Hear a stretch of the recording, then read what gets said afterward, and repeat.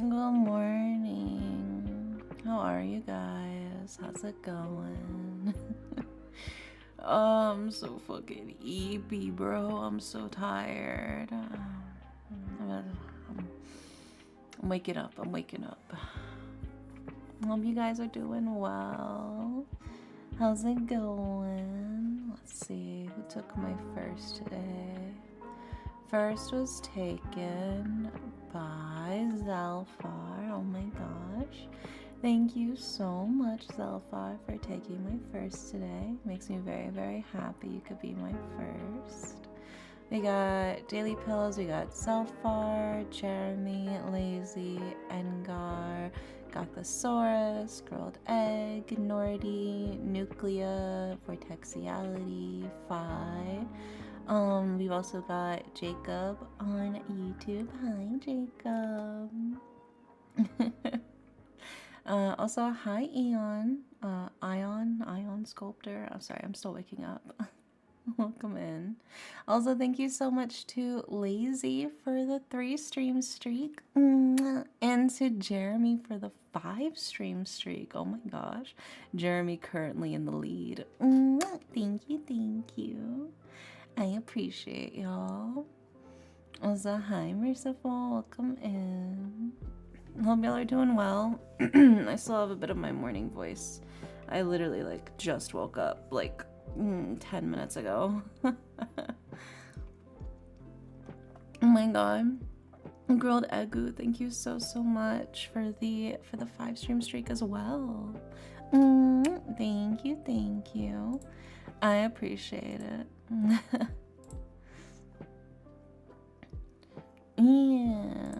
Yeah, no worries. You know how it is.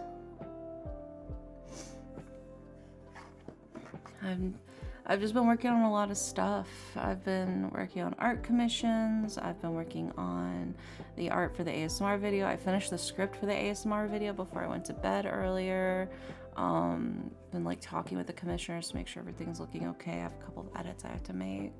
And then I've been trying to do my best to help from a distance with my partner who got sick with COVID. So I've been trying to help them, work through all of that because they've never gotten COVID before. It's been 5 years, dude. I got COVID 3 times. Not by choice. I was working a retail job, so I was considered an essential worker. So even with the mask and everything, you're just kind of bound to get it. Which sucked. But yeah, so I've been trying to give all of the knowledge and experience I had from my time with COVID to help them through it since it's their first time getting it. And it's been rough. It's been a lot, but they're slowly getting better, I think. I hope. Alrighty, let's see. You also haven't gotten it yet? Well, fingers crossed you don't get it. It's not a fun time. You don't want it. Trust me. I will say, I never got the version that made me not taste things, though. Yeah, hopefully they feel better soon. Yeah, I've been trying to make sure that they're taking their medicine, they're eating whatever they can hold down. I'm making sure they're getting plenty of liquids, making sure they get plenty of rest, all that good stuff. So they are very much on the road to recovery. It's just a matter of how long it takes to get it out of their system.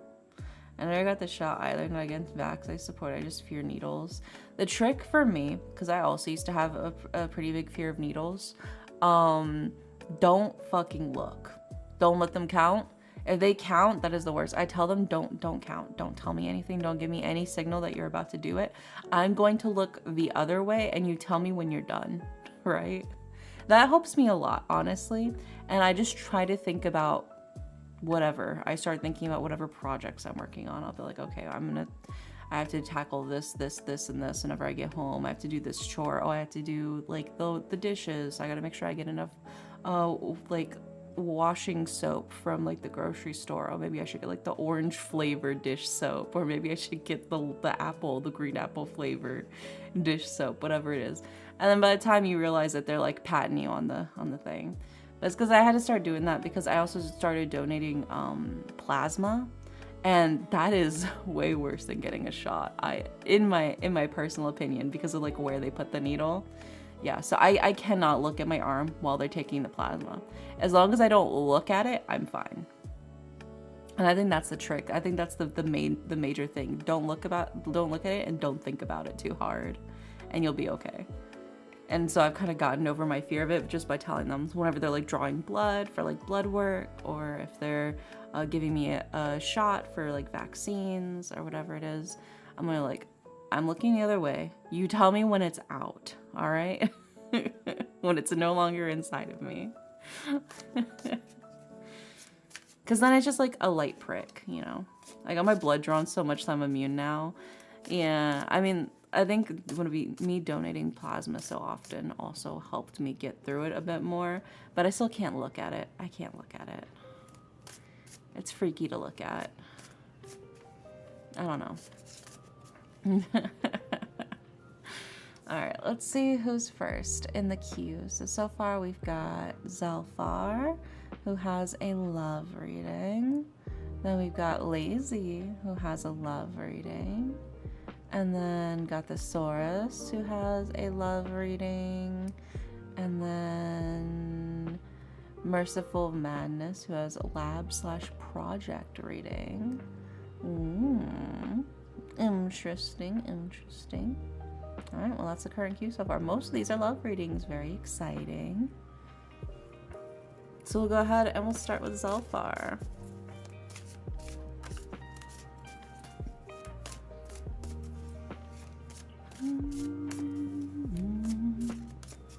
That's me, that is you. Oh my goodness.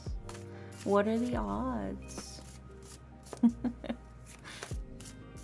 Also, thank you for the hydrate as I will sip of my water.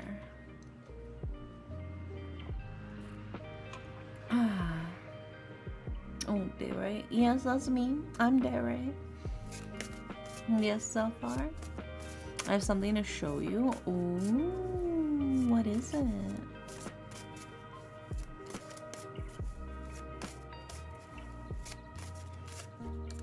I gotta take a little peek-see. Let me show me. Oh my goodness, look at you. Wow. Very cool update.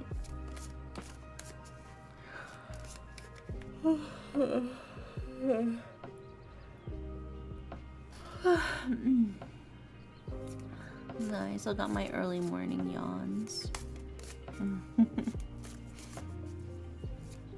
One of my Oshi said I'm handsome. You are very, very handsome. Your model looks very handsome so far.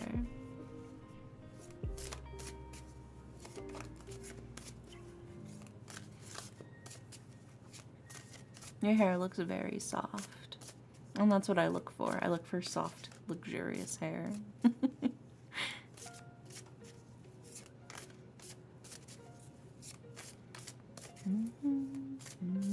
The same person who called me a twink. I mean, I guess I never really thought of you as a twink, but like, I guess. Though your body build's supposed to be like pretty lean and strong, right? In that case, I'd say you're more of like an otter. If we're really gonna like break it down. Because aren't you like low-key kind of ripped? Twinks can be handsome. Twinks can be handsome for sure, for sure. I do love a lovely twink. I love twinks. I love bears. I love otters. I love hunks. Okay, I sent the body shape size. Yeah. Let me see. You do have a bit of an ibbity bibbity waist, which I do love. I do love that for you. I do love a nice snatched waist on a man. I think it's better to grip if you you know how it is.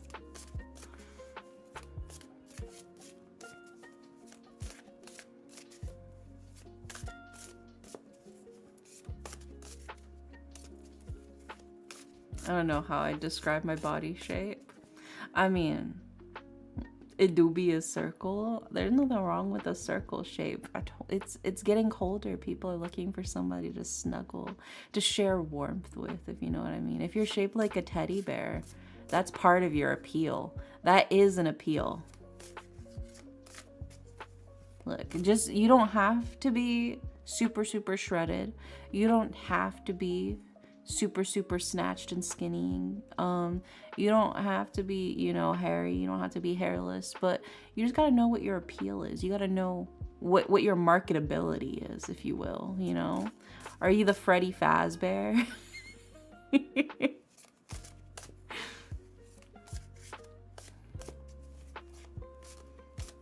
Like, people love a good cuddler. That's all I'm saying. That's all I'm saying. You gotta know your market. If you know your market, you can work it. So don't count yourself out if you're not, you know, fucking tiny waist. There's still plenty of love for you as well, I promise.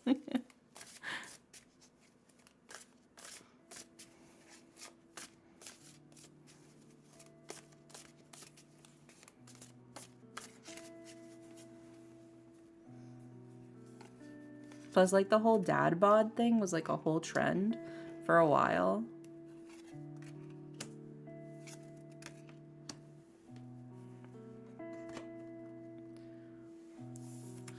I'm husky, but I got some muscle. I think that's like, honestly, that's like the good zone.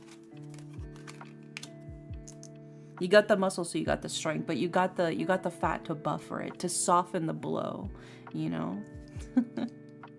That in itself has its own appeal as well. Like I said, you just got to know your marketability.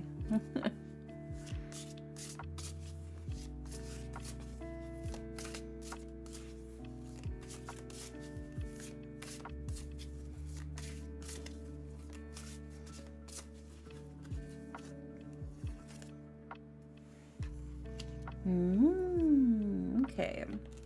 We got all of the cards for you, Zalfar. I really got some of that roundness I want to get rid of. I mean, live your life, live your best life, you know?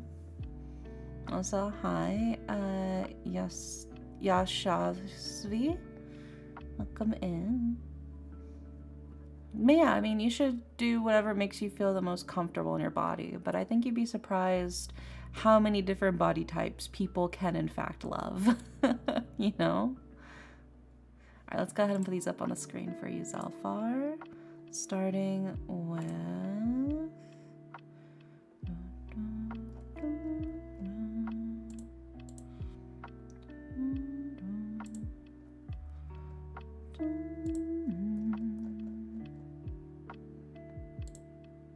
There we go. And then next up is...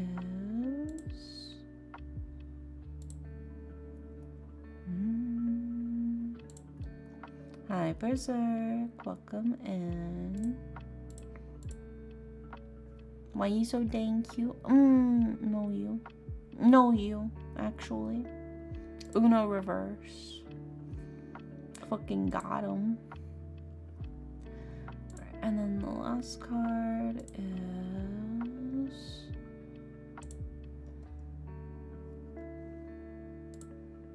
There we go. Yeah, that is in fact the King and Queen of Wands. Yeah, so that's why I said this is a very interesting reading for you right off the bat, because we have, for your love reading, the King and Queen of Wands, right? The King of Wands is somebody who focuses on their passions, on their projects, the things that bring them joy. They're dedicating themselves to what sparks joy for them right now, right? Also, oh my gosh, Berserk, thank you so much for the 27 months. Holy shit. Thank you, thank you. I appreciate it. That's crazy. But yeah, so we have that king who's very passionate, very powerful, very electric, very fiery, right? Somebody who is excited to push themselves forward in their craft and what they create and to make everything come to life that they're hoping to make, right? And then pairing that up as well with the Queen, who's also very warm, very charismatic, very much a leader, and somebody who's very creative as well. So I think you're the person that you're looking for. Is somebody who is doing the exact same thing as you. They are pushing their creative limits right now, pushing themselves to create the best things that they can to really just drive home their creativity, right? What they like to do is make things a reality, and just as much as you do. And I think that's something you can both really sort of bond over, is your shared passions for things, even if it's not necessarily the shared passion for the same thing. Like maybe you like writing but she likes art, you know, they're two sides of the same coin. Or maybe you like your writing but she likes like knitting or something. Whatever the case is, the thing that's going to draw you closer together is the fact that you are both passionate creators who are always looking to find new things to really push yourself forward in your endeavors to create, right? And that is always going to be the feature that draws you to each other. You got close there. I've been making pens. I mean, that's also another thing. But I think that still also goes to show, you know, the idea of like creation as a whole, making something, the things that push you forward, that fuel your fire to keep you going. You both have that, and you're both very strong in it. And I think that's what will make you both mesh really, really well together, is the fact that you have that shared passion for things, even if it's not for the same thing. And then that brings us to your last card, which is the Five of Coins. And the Five of Coins is rough, though, because the Five of Coins is a card of hardship. It is a card of ill tidings, misfortune. It seems like you're probably going to come into a bump in the road, possibly even like a trial by fire kind of thing. It's going to hit hard. It may not be the most ideal time for you to be looking for or finding a relationship. It feels like there's probably just going to be a lot of stuff going on in your life. And maybe, you know, you'll have to put some of the things to the side for that moment.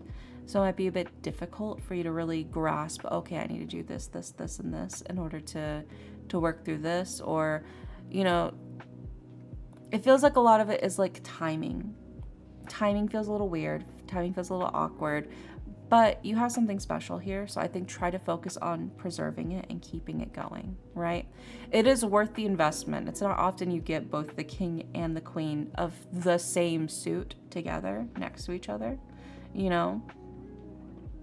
So I think the key here is, even when the going gets tough, which the going will get tough, the Five of Coins is assuring it's going to get difficult.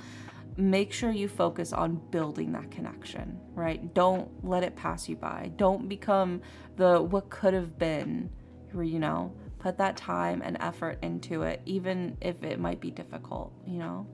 With, you know, the way things go. Don't let it fall apart. Don't let her go, right? Don't let her go. You got to hold on to her. And then that brings us to your Oracle card, which is Harvest, right? Determination and hard work, right? It's gonna be hard work, but it will be worthwhile, you know? You will be able to enjoy the fruits of your labor. You will be able to enjoy the beautiful relationship, as long as you put in the effort now to make sure you keep it, to have that, to hold it close, right? And then you'll be able to enjoy it. But it's gonna be hard work. You've got some difficulties on the road. Do not let this person slip away. They are something really, really special, you know? So even when the going gets tough, you gotta be tougher.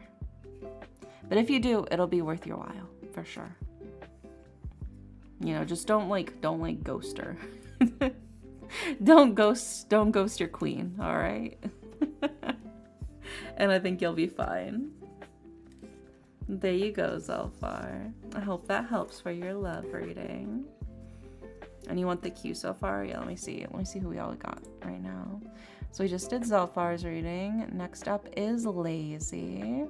And then after lazy is Gothosaurus.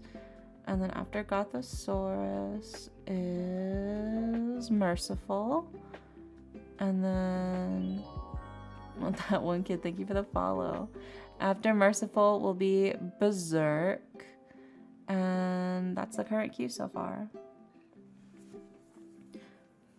So what I'm getting is the king and the queen are match your freak coins, saying it'll be hard, and the last one is saying it'll be worth it. For sure. For sure. I think that is the simplest way you can kind of condense it down for yourself. You're getting famous. I'm not famous, but that's very sweet of you. I think it's just because it's almost Halloween, so everybody's in like the spooky spirit looking for readings. But yeah, there we go. So we still have some slots left if you guys want to claim them. It looks like. But next up will be Lazy, who wants a love reading. But yeah, you're gonna have some difficulties. There's gonna be some stuff along the road that's gonna kind of try to get in your way. And it's like, still try to make her a priority, you know? Still try to make your queen a priority, and it'll work out. It'll be worth it. Yeah, hi, Lazy. All right, let's see what we got for Lazy's love reading. Ooh.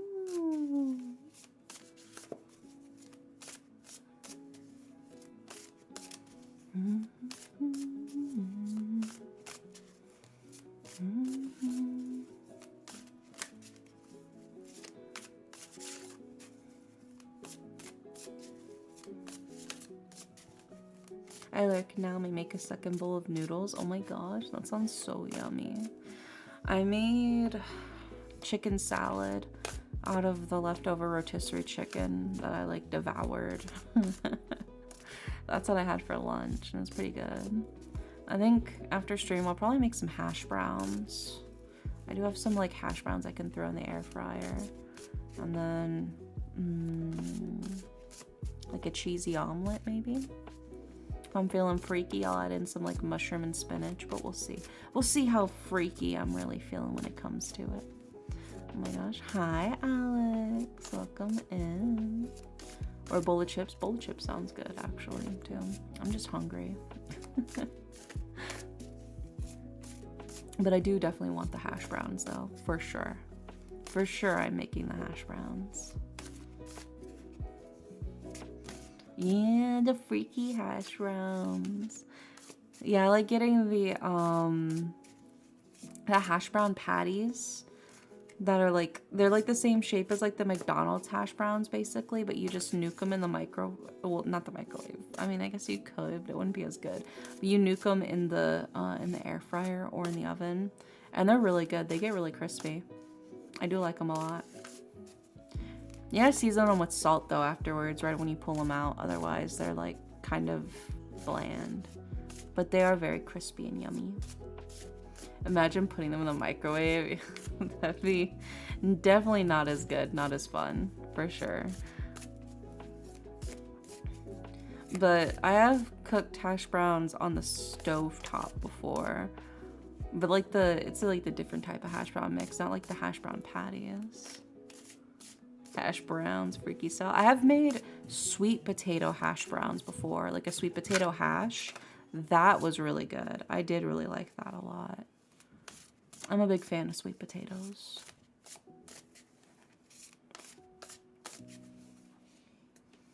Now, let's see what we got for your love reading, Lazy. Oh.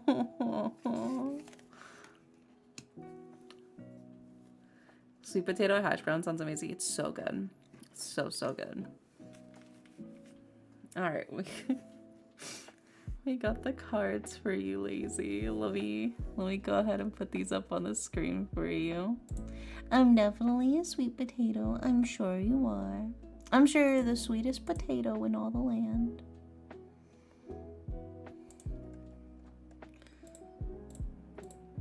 Alrighty, next up we've got...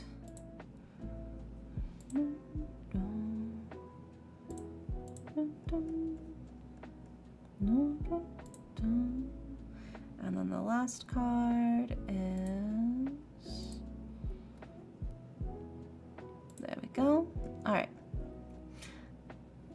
sweet like the apple dairy. Oh my gosh. Apple dairy is a little menace though.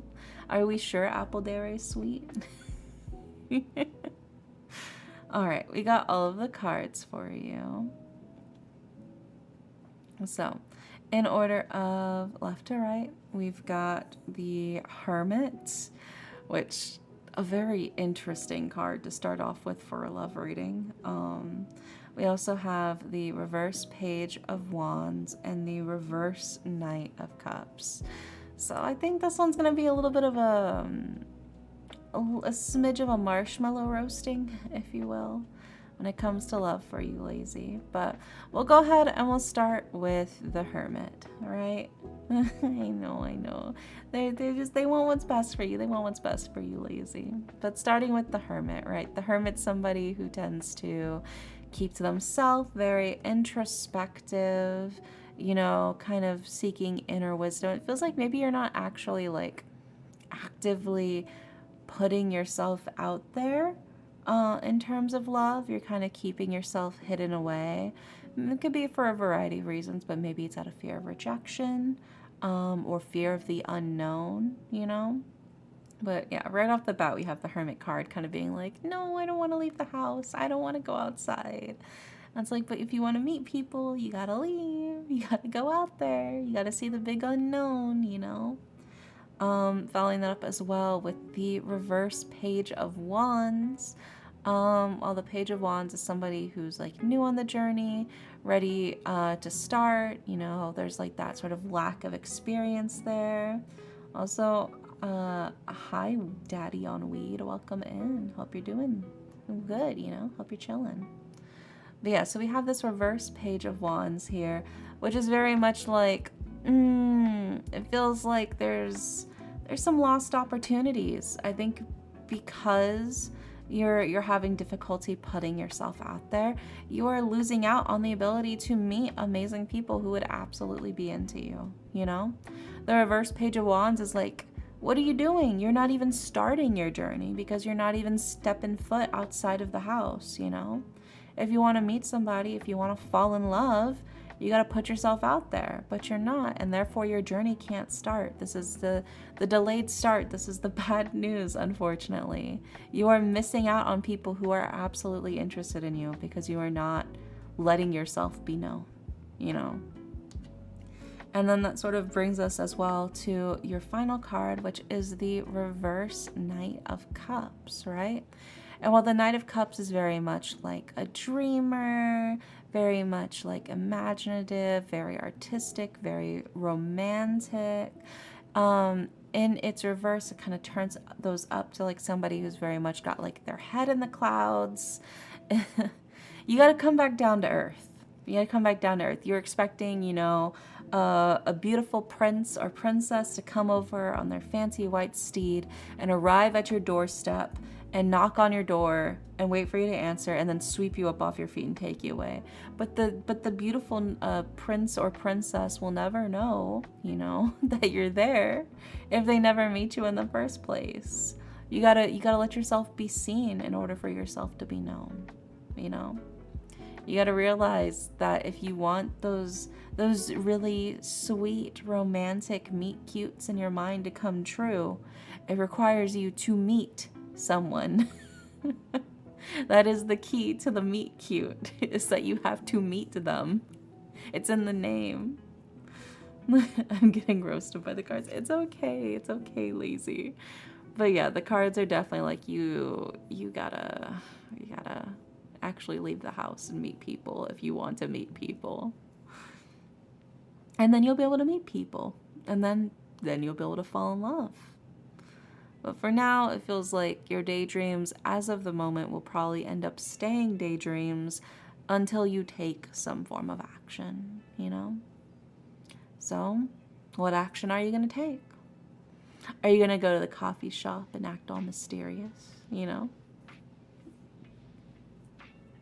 Are you going to sit in a corner sipping on your latte while you type away on your PC and hope you look cool and mysterious enough for some attractive stranger to approach you? You remind me of LeBron James. I cannot imagine why, but I will assume it's a compliment. But meeting people do be scary, but it's worth it. It's worth it to meet new people, though. You could try going to, like group events, like group held like things where, you know, like they have like craft nights, or you could go to like a book club or whatever it is. Whatever you have that that you're excited to do, to try out, to make, you know, cooking classes, you know, doing something that's like kind of like in a community sort of group environment. It's a great way to get to know people and to meet new people with, you know, similar interests, you know? Because your mind, sunshine. Oh my gosh. Oh my goodness. How much do you aura farm? You know, I try not to farm too much. You know, agriculturally speaking, this isn't like a monoculture kind of thing. Like we're doing the sister crops right now. So instead of just aura farming right now, I'm doing charisma farming at the moment. You know, so otherwise you're gonna completely drain the soil of all of its natural nutrients, and we really gotta put some more back into the soil. Otherwise, you're going to completely deplete your aura farm, and it'll be completely worthless soil for like several years, you know? This is why monoculture fucking farming is a blight on the farmland, all right? That's why you're so witty. Yeah, I'm sister crop farming my aura farm. I'm on the Riz crop right now. Yeah, you gotta rotate them tates.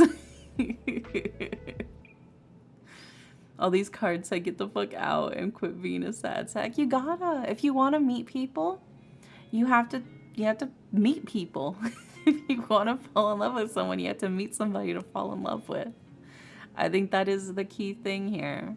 You can, like I said, you can just start small. You can do small things like the community classes and stuff like that, or like craft nights or book clubs or whatever like mini local events you have. Those are great ways to put yourself out there into a much less scary situation, to do something that sounds fun or interesting, but also still meet new people.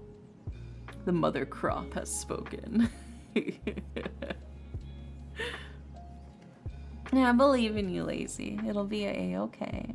But yeah, you do have to put yourself out there if you want to find love. That is definitely what the cards are saying. All right. Cooking class are the best. I mean, yeah, you get food afterwards. I think cooking is one of the best hobbies to invest your time and effort into, because it is immediately rewarding, you know, because as soon as you finish cooking, you get to eat your food. It's worth it, 100%. Same with like baking classes, like learning how to bake bread. You get fresh bread at the end of it. So worth it. I'm also trying to do the dating app thing too. I will say, Lazy, the dating app thing only works if you're looking for hookups. Unfortunately, like 90% of the people on dating apps are exclusively looking for casual hookups. They're not actually looking for relationships. So if you're fine with that, if you're fine with like most people on there, most options on there, not looking for anything serious, sure, you can use the dating apps too. But they're not great for looking for, you know, legitimate, like long-term relationship type of things. I'm like one of the 10% who doesn't want to hook up. Yeah, it's unfortunately, it's a rare, but that is what it is. Most people on there are looking for casual, sort of like chill relationships or hookups, you know. Also, Ghost Pepper, thank you so much for 11 months. Oh my gosh, almost a year. Thank you, Pepper. Thank you. Well, yeah, I mean, if you want to just like hook up or whatever, that's fine too. Live your best life. Nothing wrong with that. Silent Blue, thank you for the follow. But I think if what you're looking for is a legitimate romantic relationship, your best bet is going to be in community areas, you know. Am I allowed to ask that kind of question, or is that bad? Wait, what question? What question are you allowed to ask? Have fun streaming. Yeah, take care, Daddy on Weed. Have a good time. Or you could wait potentially 1 year or longer to meet someone else on the apps who's looking for a relationship and is a good fit for you. Yeah. Because, I mean, you got to think about it this way. When 90% of the people are looking for quick hookups and, you know, no strings attached kind of things, that leaves you with only 10% of the pool to actually look through. And then out of that 10% of the pool, how many of those people are actually going to kind of like align with what else you want in a relationship, you know? So you're really, really like narrowing it down. For a tarot reading about this, a person on one of the apps I met there. Yeah, that's fine. You can do a reading on that if you'd like. Just like a romance reading on a specific person. That's fine. Like a compatibility reading, if you will. Yeah, you can do that. Yeah, no worries, no worries. I just can't do like strict yes or no questions. I can't do like, does X love me? Or what are the winning Powerball ticket numbers, you know? Like I can't do that stuff. But if you want just like general kind of like advice, general vibe type of stuff, you know, that's fine with me. But yeah, you gotta put yourself out there, Lazy. I believe in you. You will find your love. I think you got a lot about you that's very lovable, but you gotta let people see what's lovable about you, which requires you to be seen, unfortunately.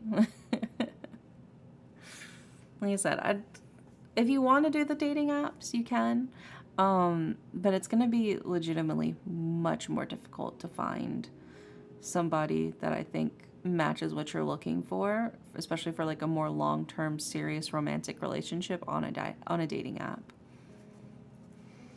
They're all basically just hookup apps at this point.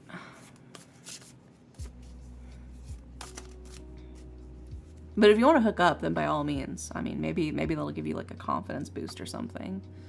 Live your life, live your life. Okay. Next up, we've got Gothosaurus, who wants a love reading. You hear, Gothosaurus?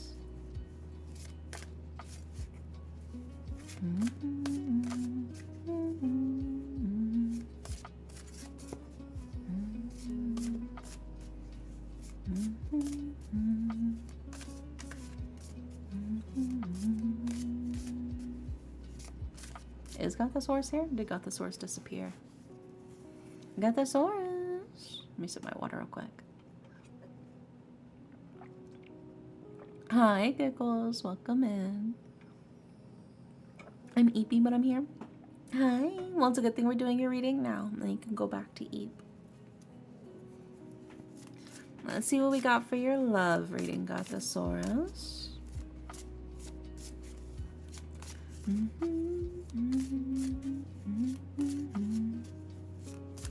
I was zoning out. No worries, no worries. Painting nails with non-dominant hand is so hard. Yeah, you gotta use like a stabilizer. I usually rest my wrist on like the table whenever I'm doing it. Helps you get it more even.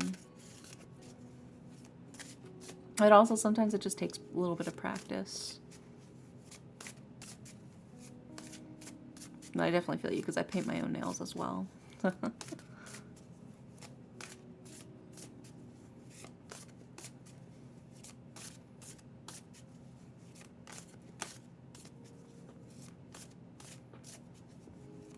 Ooh, that's a rough situation, kid, but we'll definitely get to it. But outside of the cards, I think it's probably Jover. If they ask for space, but then they blocked you. If they blocked you on the app, it sounds like they probably just maybe forgot to remove you on Facebook, unless they're interacting with your stuff on Facebook. It's very possible they just legitimately forgot they added you on Facebook and therefore forgot to unfriend you or whatever. Because if they just wanted space, they would just not block you. They would just leave it alone and not respond. would be the normal response. So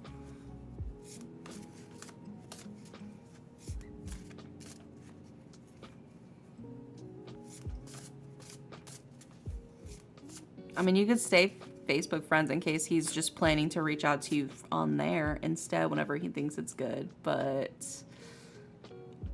to me, it feels like he's keeping you as an option in case he feels like he needs a fallback, but he's probably lost interest. So he's keeping tabs on you through Facebook, but is probably done pursuing you directly unless he feels like he's running out of options kind of vibes. This is what it feels like to me. That's my own personal interpretation. But we'll do a tarot reading on that. But that's a dick move. It is a common move, unfortunately.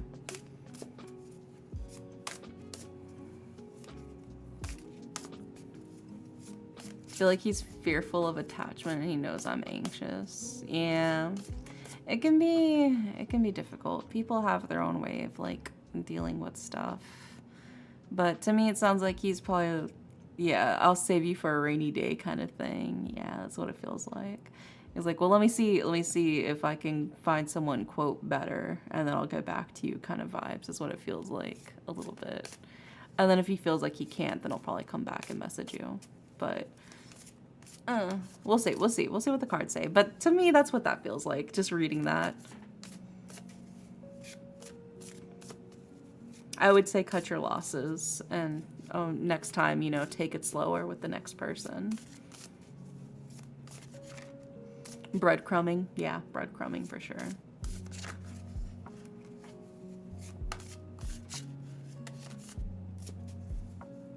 I'm giving that vibe too, but he always went on about how people ghosted him and I was the only one that didn't. A lot of them say that shit. I will say a lot of them will be like, oh my god, you're so different from the other people. It's because he wants to be the one to do that. He wants to be the one that feels like he's in control of the situation and of everything. He wants to be the one to feel like he's the one choosing when the relationship starts and stops kind of thing. It's a very common thing that they like to do. I don't know why. That's what they like to do. It's not healthy. It's not healthy. Yeah. Like I said, we'll see. But to me, that's what it feels like. Is him basically trying to like set the scene. I don't know. Personally, I'm reading that as toxic, but I don't have the messages. I don't have anything else. Just based off of that, I feel like, yeah, don't help that I met his parents and they liked me.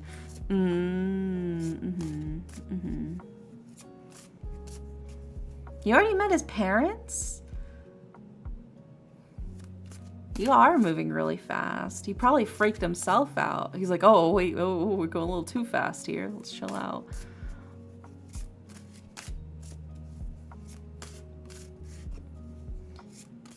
Yeah, we met in August. Damn. How long have y'all known each other? Normally, I don't even meet the parents of the people I'm dating until like fucking several months into the relationship.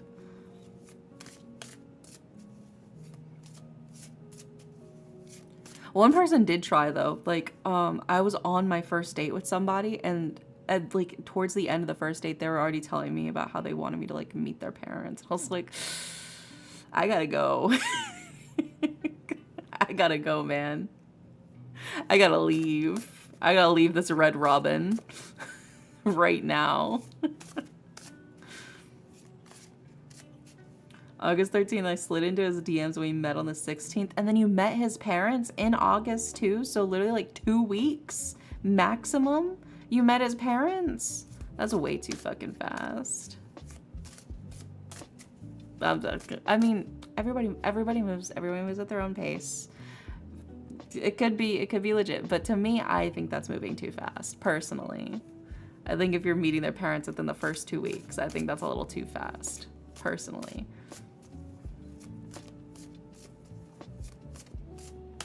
It's one thing if you like already knew each other beforehand a bit, you've known each other for several months and then you get together, and then, yeah, the 23rd because his mom found out about my trauma.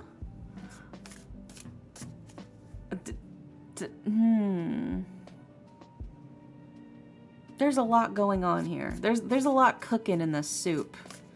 There's a lot of ingredients simmering away in this soup.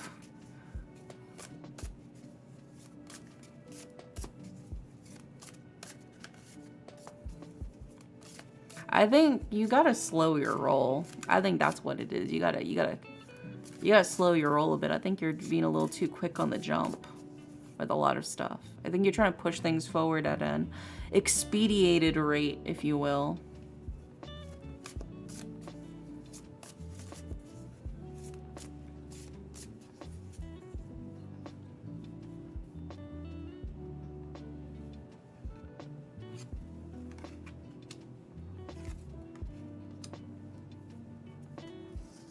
On the 18th, we went to a coffee hangout and ran to his neighbor, and his neighbor told his mom about us hanging out. Wait, what does that have to do with trauma? Huh?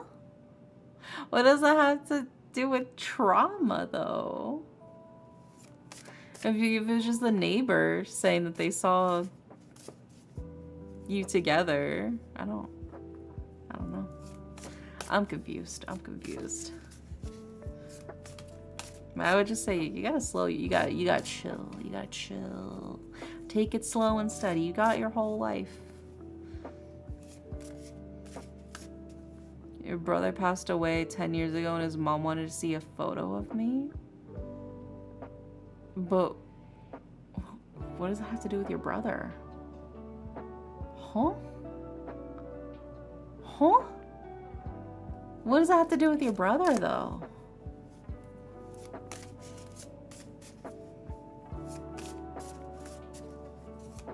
She just wants to see what you look like.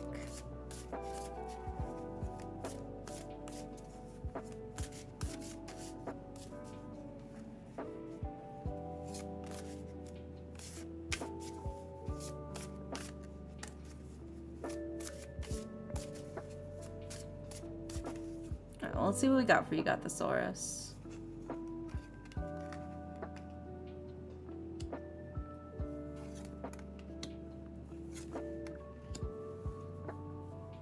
Yeah, an interesting reading for you, Gothosaurus. Where she works, the owner's son was my brother's close university friend. Oh, I see. I gotcha. It must be a very small town, huh? It's gotta be a very small town.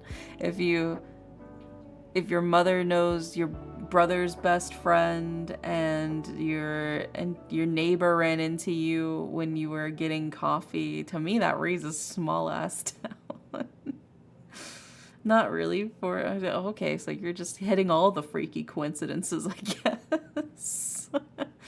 Interesting, good. Maybe you'll see, Gothosaurus. You'll see. I think there's a good interpretation of this.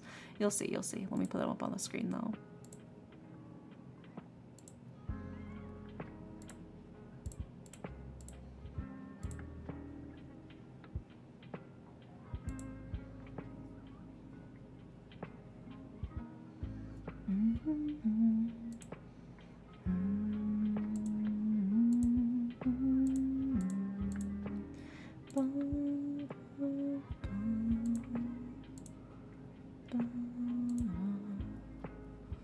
And then the last card is, there we go.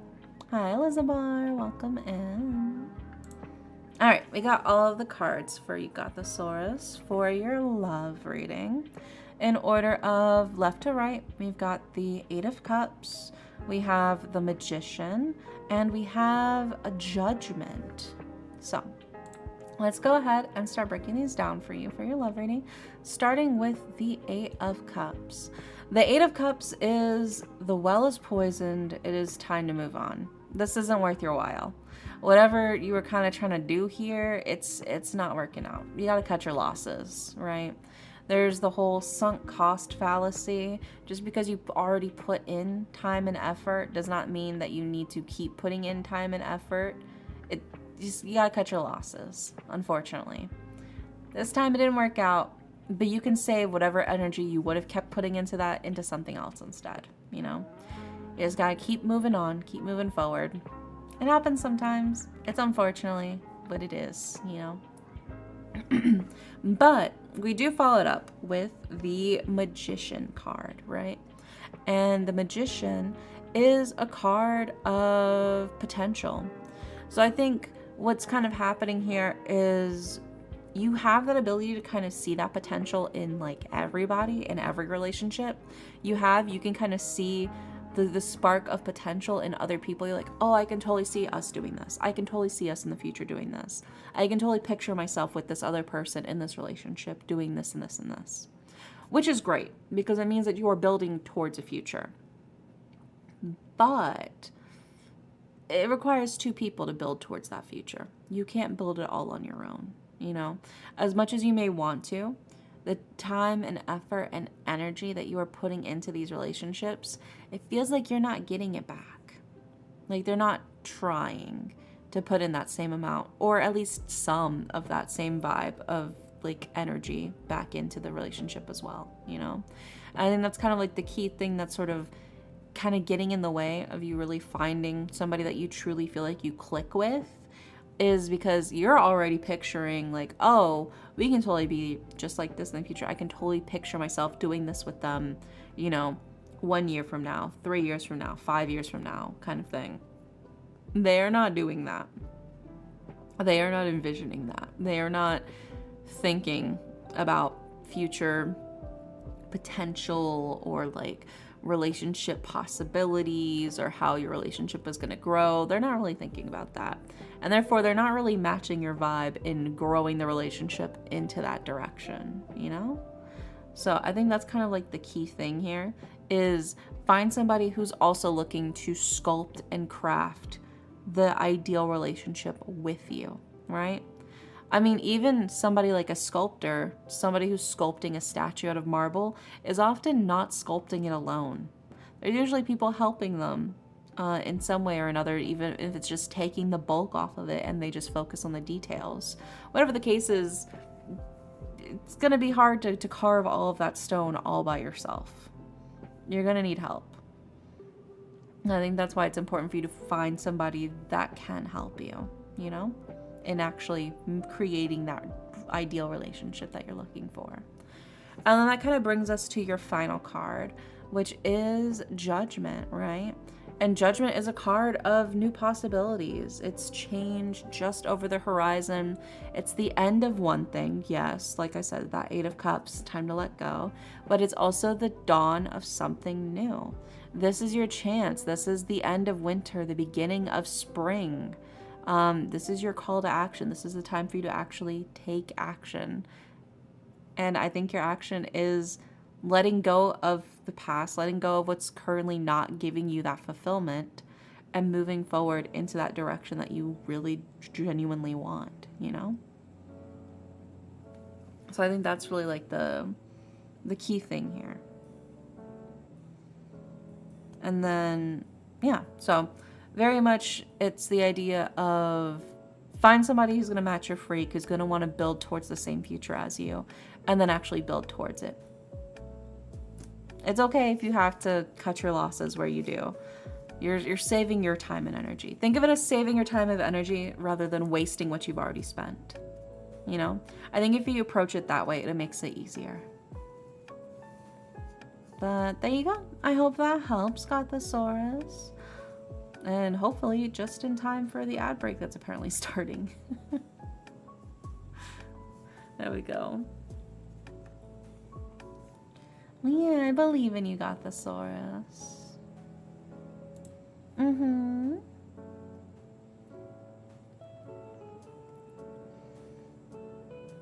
It takes so long to find a matching freak, though. It really does. Woohoo, ad break. Yeah, get some rest, Gothosaurus. Sweet dreams. Good night, good night. I hope you sleep well, okay? Gives you a little something to chew on while you're eating. Next up is Merciful Madness. And Merciful wanted a reading on their lab/project. So we'll go ahead and shuffle while the ad break plays and I can sip my water.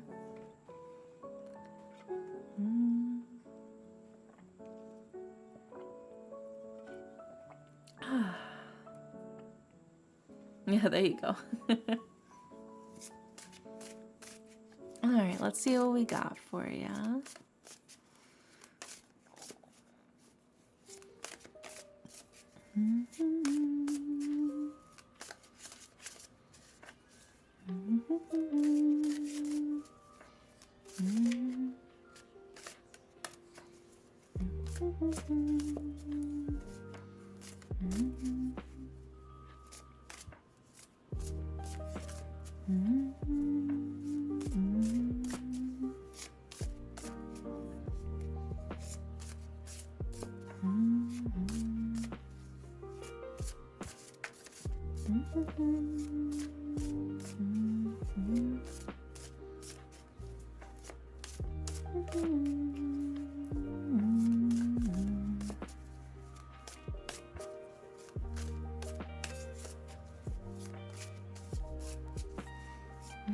It's getting chilly outside. I can feel how cold it's getting through like my window.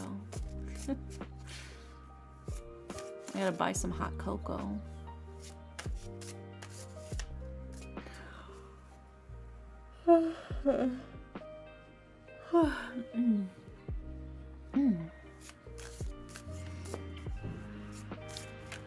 Quick question, Magic Man. What's your zodiac? It's silly, I know, but I always wonder.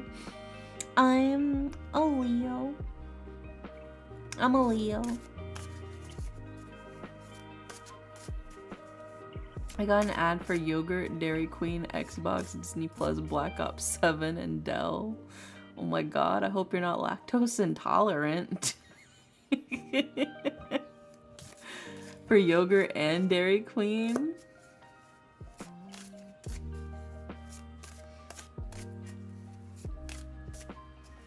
That's so funny. I remember mentioning that because somebody asked. They're like, "What is your sign?" I was like, "Oh yeah, I'm a Leo," and their response was, "You don't act like a Leo.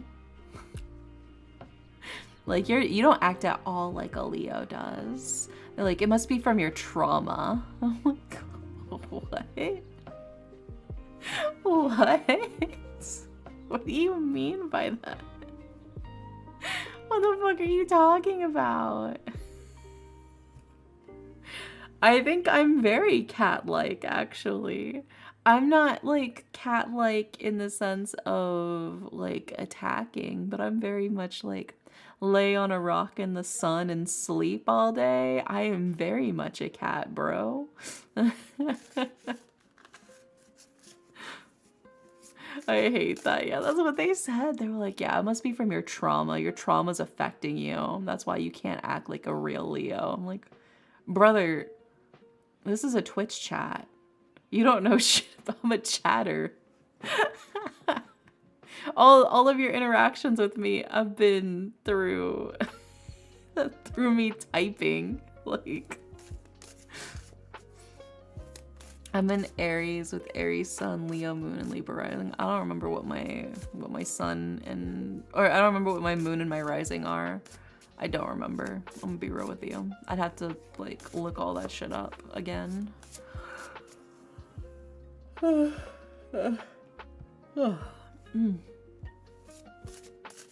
I'd have to look it up. I just remember my sun, which is Leo.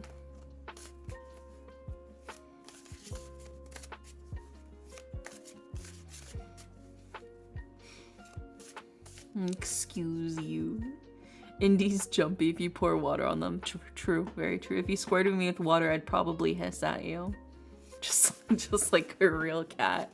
I think I am very cat-like, but just not in the expected way. Like I said, I'm very sleepy big cat. I'm the cat that I'm like the lion that's like in the exhibit, you know, right? I'm like in the exhibit, and so all of the little kids are like gathered up and they're pressed around their glass and they're like, oh my god, is a lion gonna roar? Is he gonna attack? Is he gonna go up to the glass and is he gonna try to attack us? And then I'm just like, yawn. I go up, I drink some water at the lake, you know, scratch behind my ear, and then I go lay back down on the rock and fall asleep again, and I don't move for like another 4 hours, and the kids get bored and leave. That's the kind of lion I am.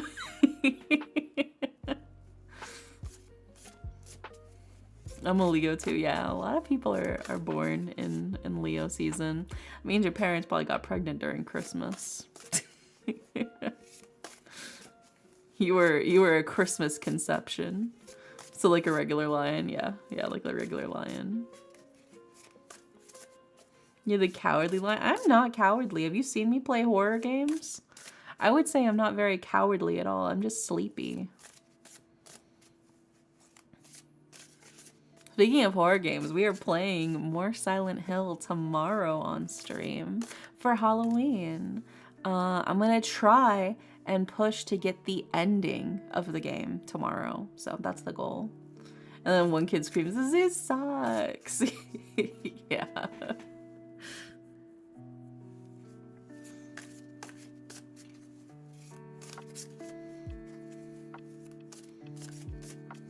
Valorous people are allowed to sleep. Yeah, I'm the eepiest lion in all the land. Big cats actually do sleep a lot. Oh, I've finally seen Art of the Mpreg. What do you mean finally? I've been posting it. I've been posting it in my Discord. Naturally? Oh, you've naturally seen it.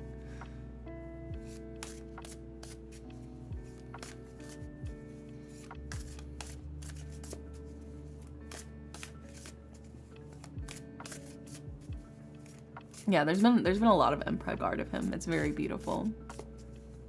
Nature's incredible.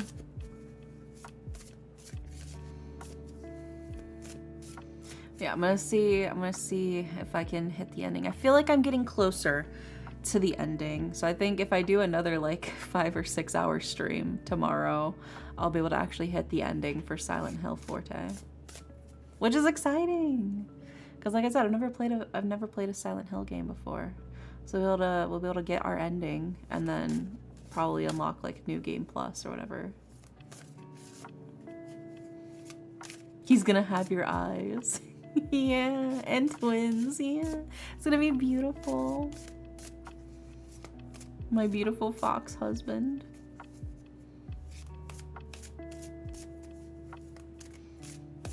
He is very lovely to look at.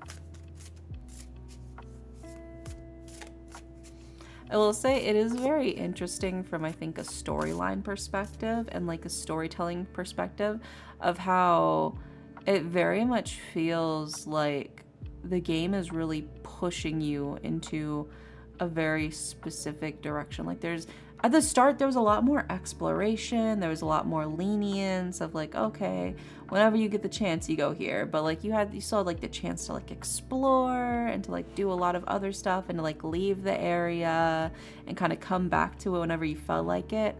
But at the point where I'm at currently, it's very streamlined. A lot of it, there's not much opportunity to deviate away from everything. And I feel like that's also kind of part of the storytelling, if you will. How it feels very much like the ability to choose and to make decisions is kind of slowly being stripped away from Hinako as she's moving her way through the story and moving her way through, you know, Silent Hill and through like the shrine world and getting like the arm and like the back, you know, symbol and the face mask. There was never really much like choice in that, I think. And that's kind of something that feels very intentional. It's like it feels like the character and the player's agency is sort of being stripped away from them as they're only being told the next objective. This is the next thing you have to do. No, you don't get to do anything else. This is the next thing you have to do to move forward. No, you can't leave. No, you can't go back. It's just, I think it's a very interesting storytelling choice. I think it makes a lot of impact. Because it does feel like the game is very much like accelerating as we're reaching towards the end. Which is why I think I'll be able to get the ending tomorrow whenever I play. Is because it does feel like it is moving faster because there's less opportunity for me to deviate, kind of thing.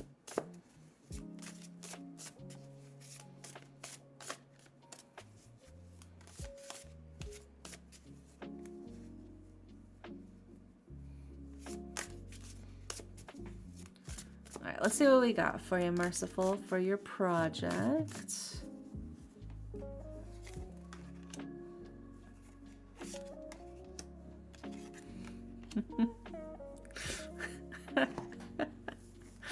Damn, that's crazy. That's crazy. All right. Let's put these up on the screen for you, Merciful. Starting with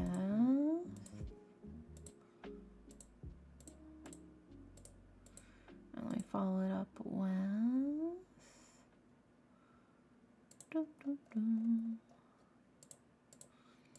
and then we follow that up with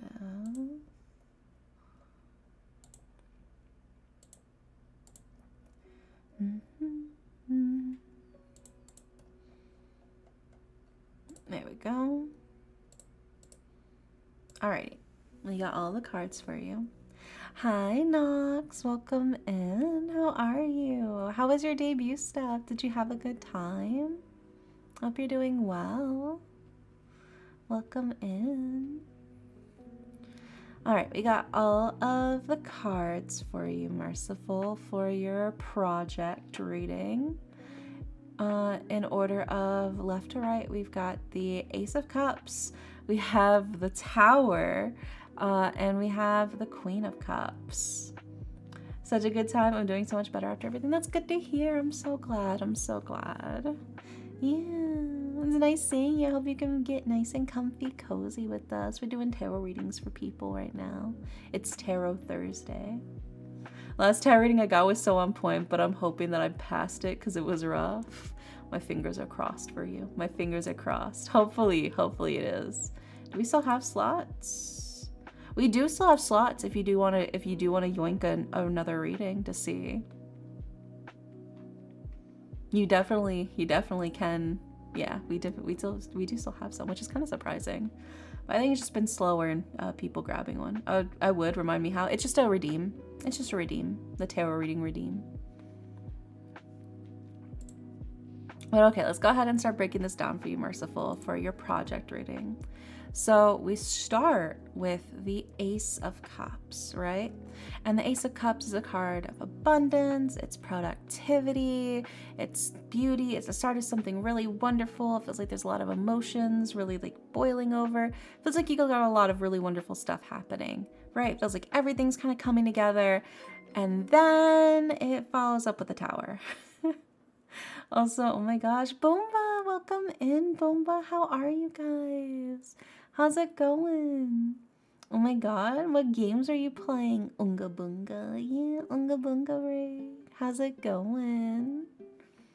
What were you up to?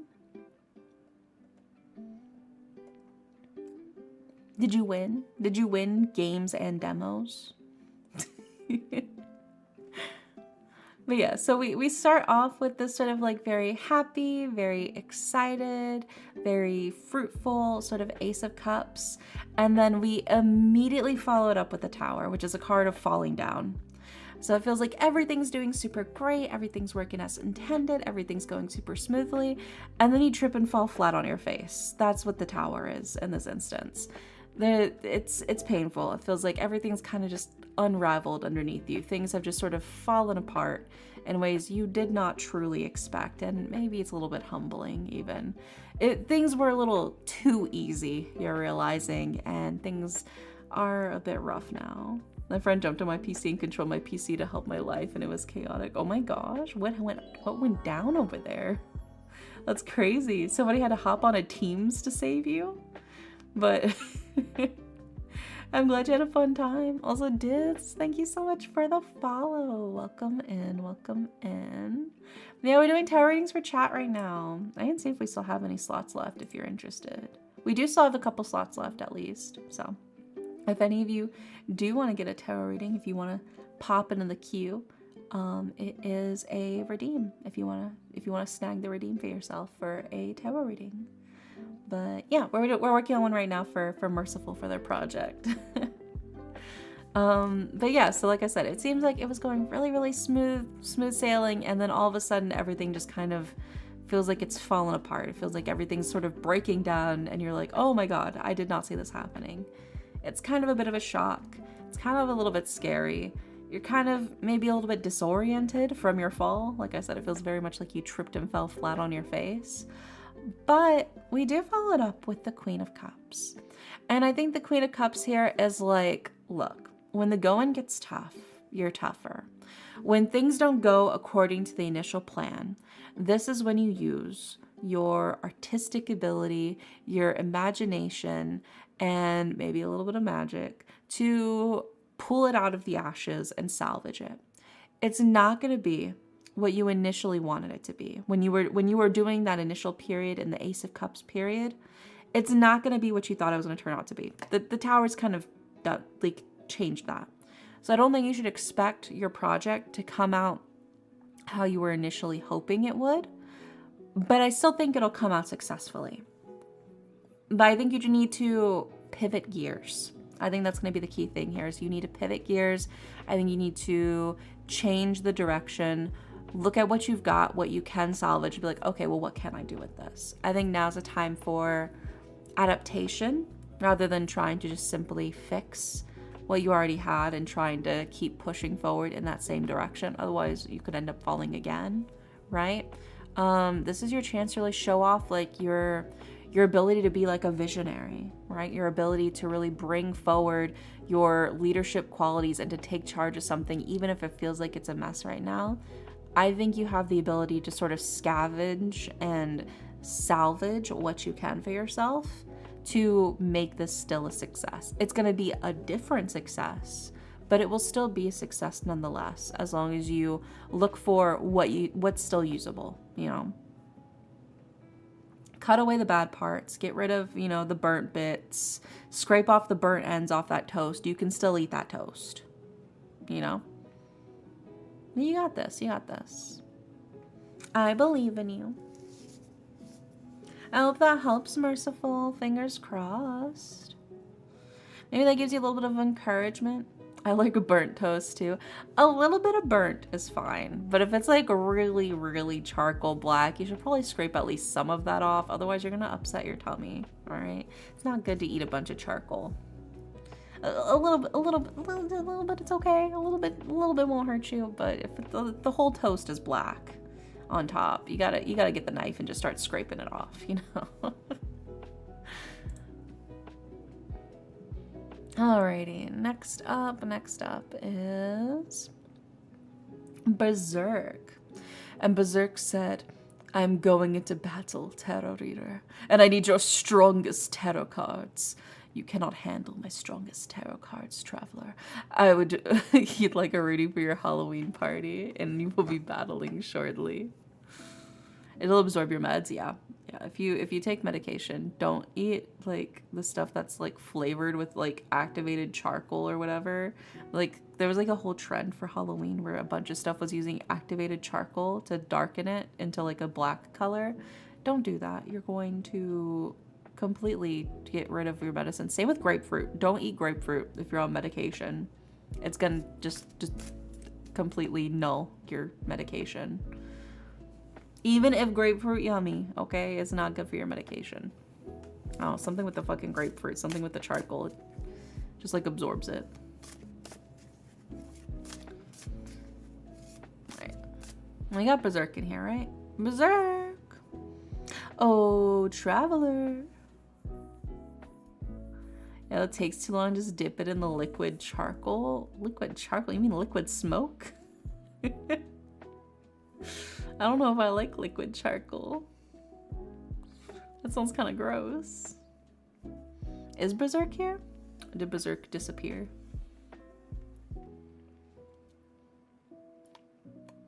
Berserk might have disappeared for a bit. We can probably pass on them for now.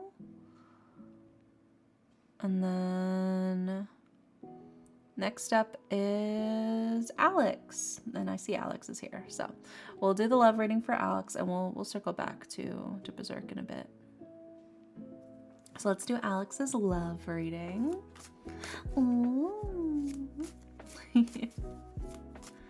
Let's see what we got for your love reading, Alex. I feel like it's been actually surprisingly a hot minute since your last one.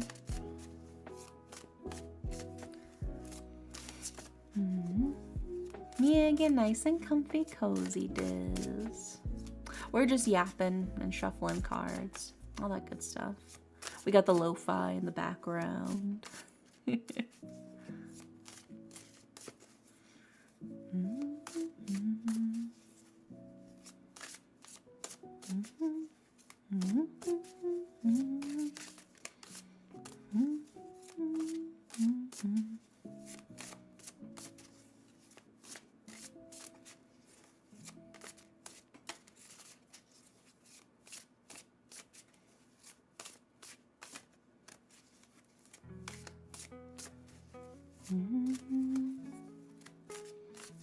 Hi, Jeannie. Welcome in. Let's see what we got for your love reading, Alex. So hi, Tony. Welcome in as well.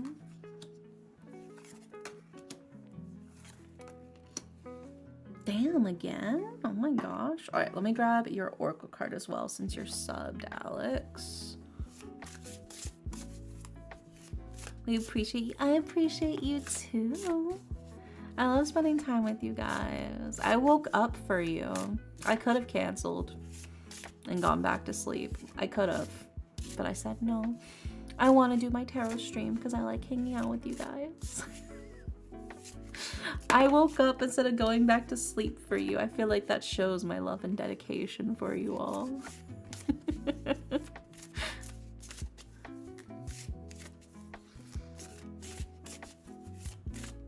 Oh, it does. Yeah. I take my sleep very, very seriously, so.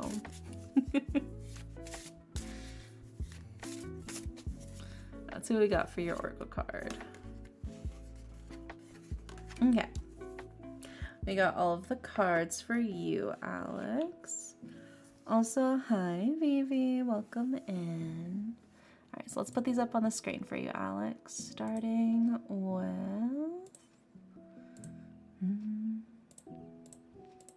There we go. And then we'll follow it up with... There we go. And then the last card is... so crazy. We got the tower twice in a row. The odds of pulling the tower twice in a row. Some days we don't even pull the tower at all, much less twice in a row. So, but it is what it is. All right. I'd be looking today. Yeah, get nice and comfy, cozy, Vivi. I appreciate the lurk. Yeah, so in order of left to right, Alex, for your love reading, we have the Four of Cups. We have the reverse Death card and the reverse Tower card. And then for your Oracle card, we have fruit, like strawberries. So let's go ahead and start breaking this down for you, starting with the Four of Cups. The Four of Cups is a card of, there are certainly ample opportunities. There are a lot of different directions you can go. But you might need to focus inward before you move forward, right? If you want to know which path to actually take, I think you got to look inside of yourself, you know? And then speaking of looking inside of yourself, we have the reverse Death card. And the reverse Death card is kind of a card of like, hey, Seems like you're slipping back into some old bad habits again. Feels like you're kind of falling backwards, you're stagnating, you're no longer moving forward, right? In a way that the card's like, we're not sure this is helping you. It feels like it's kind of hurting you, that you're sliding backwards. You were making progress before, but now it feels like you've stopped and you're going back to your old ways, which you were trying to break out of. That's what the reverse death card is. And then kind of following that up as well with the reverse tower. The reverse tower is like hey, you really got to recognize what you're doing right now. You really need to look yourself in the mirror and realize what you're doing is not helping you, right? Because the reverse tower is a card of a rude awakening. It is not a fun time. It feels a bit like a slap in the face, if you will. While the tower is normally like you kind of trip and fall, maybe you scrape your knee a little bit, you brush yourself off. The reverse tower feels like, oh, things have really fallen. Things have really hit a difficult place. And it is something that really only you can truly understand and recognize, I think. And the key thing here is genuinely stopping and looking at yourself in the mirror and going, what the fuck am I doing? It's kind of how it is, you know? So it is very much like the feeling of like, hey, you have to recognize, like, this is not helping you. This is not giving you what you think it is. And it feels like you knew this before, but now you're like trying to convince yourself, well, like, oh, no, maybe it wasn't actually all that bad before. I can probably still handle it. It's like cards like, no, you can't. Let's not do this again. Let's not do the same song and dance again. You were improving and then you've fallen backwards. You're sliding backwards, right? It's difficult. Also, hi, Che Rosar. Welcome in. I hope you're doing well on the YouTube side. But it is very much like a reading of, it's not that there's a lack of opportunities for you, but I think there's some internal stuff you really got to deal with right now if you want to actually move forward. I think that's the key thing here, is opportunities are abundant. There are a lot of different things, but it is very much, it's an internal problem that I think you got to address. You got some baggage going on there, some things you got to deal with there, you know? And then following it up with your Oracle card, which is Fruit, which is a card of achievement and success. I think you can still turn this around. It is not over yet, right? Even if you hit rock bottom, you can still climb back up, right? You can still climb yourself out of there. But it requires you, I think, to truly acknowledge that what you're doing is not helping you, that what you're doing is kind of getting in your own way. You're punching yourself out the way, if you will. And the Fruit card's like, hey, you can achieve success. You can do what needs to be done. You've got the success, you've got the ability, you've got the achievement within you, but you have to actually recognize that what you're doing is like self-sabotage at this point. And if you don't deal with it now while you can, you are going to be in for a really rude awakening. It's not going to be a fun time. You got to recognize before, you get it slapped out of you and you realize like, oh, I see, I fucked up. Don't let it reach that point. There's still time. There's still time to fix this. But yeah. I hope that helps, Alex. Fingers crossed. Maybe that resonates with you.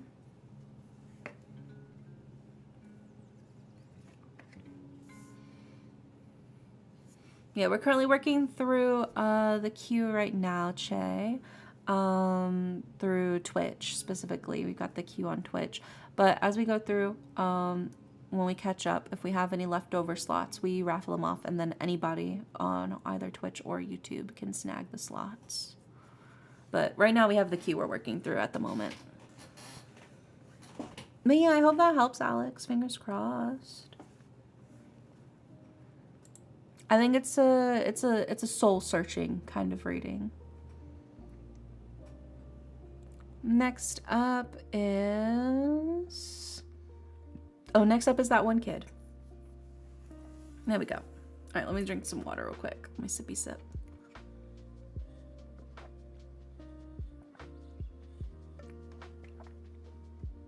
All right, let's see what that rating is for you. That one kid, about that one guy you were talking about earlier. See what the cards got to say about it all. You are still here, right? The one kid? I feel like you are.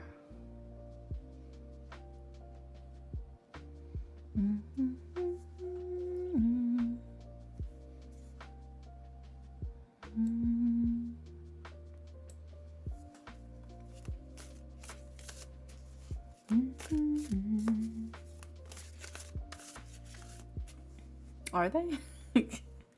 They might have disappeared. All right. Was that hi, Jacob? Yeah, I see you. Yeah, the one kid might have also gone AFK. So we'll skip them for now. We'll go to the next person then, and we'll circle back around to them later.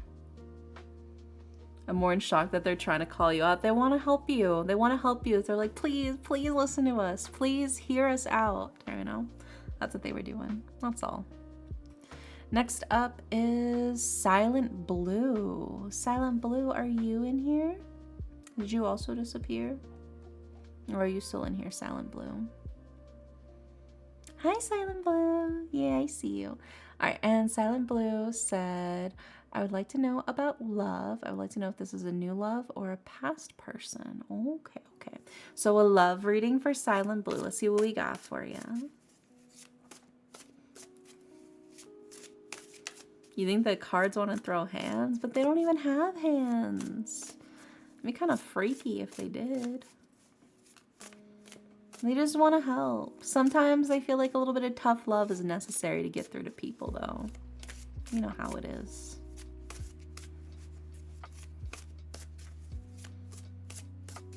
They have paper cuts they're able to do. Yeah. I mean, these cards are kind of thick. A paper cut from these would hurt. I'm not gonna lie. It would not be a fun time.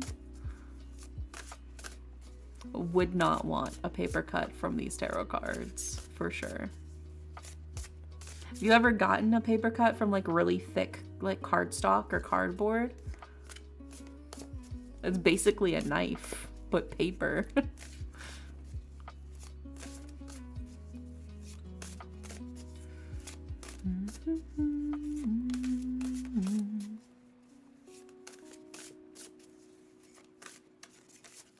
So Silent Blue's love reading.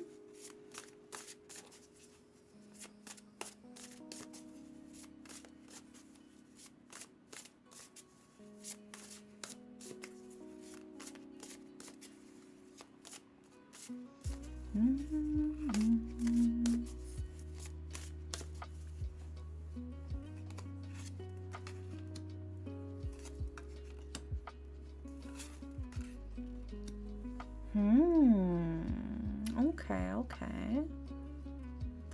But what if it was cut from the Empress? Oh my gosh. Grilled egg over here trying to create any Yuri scenario possible. I feel you so bad. All right, let's go ahead and put these up on the screen for you, Silent Blue, for your love reading. Starting with... There we go. And then we've got...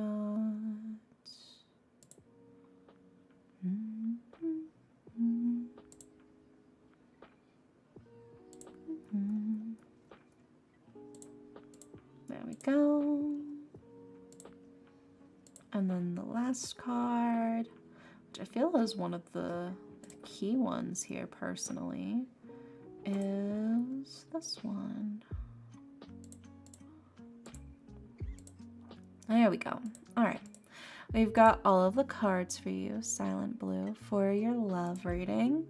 In order of left to right, we've got the Ace of Swords, we have the Knight of Swords, and we have the Ten of Wands. So Let's go ahead and start breaking these down for you, starting with the Ace of Swords, right?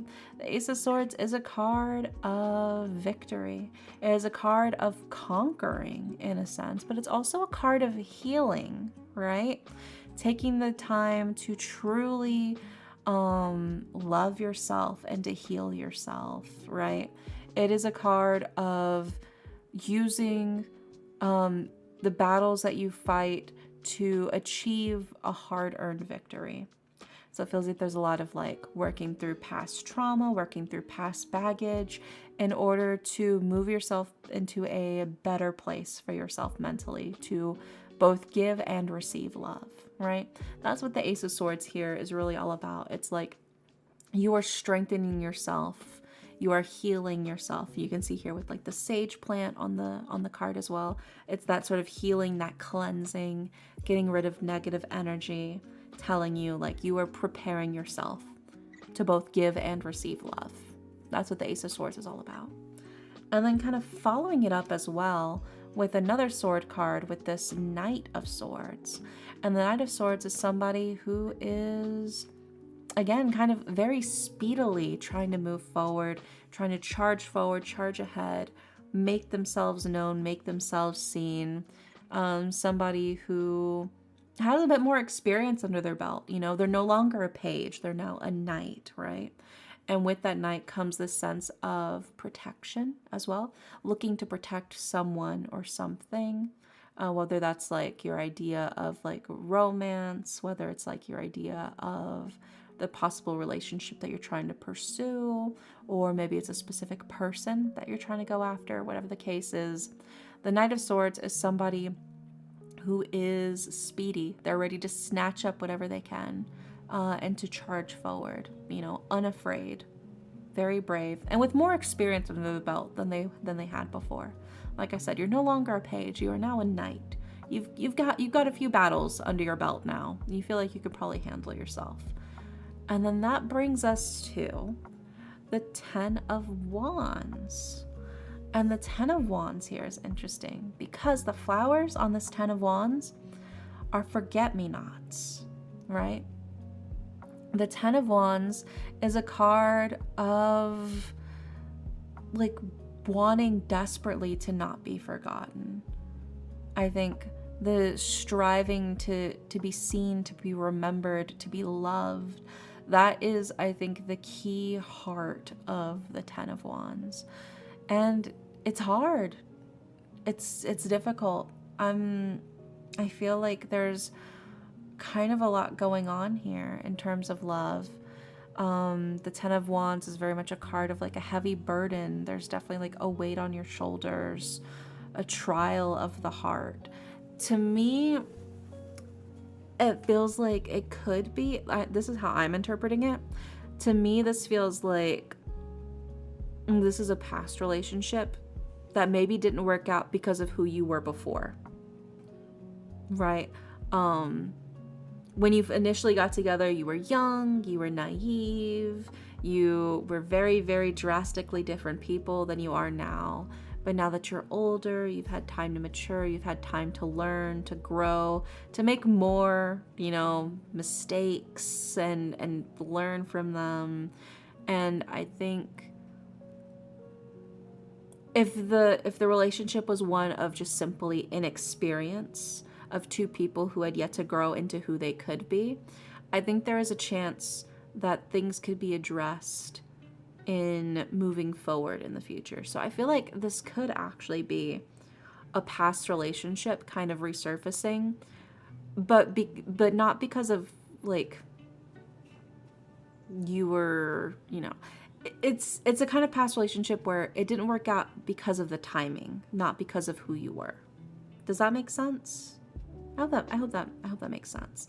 It does feel very much like the time wasn't right initially, but now you've grown and now you can see the signs and now you can kind of see where to go from there and how to make your move, you know?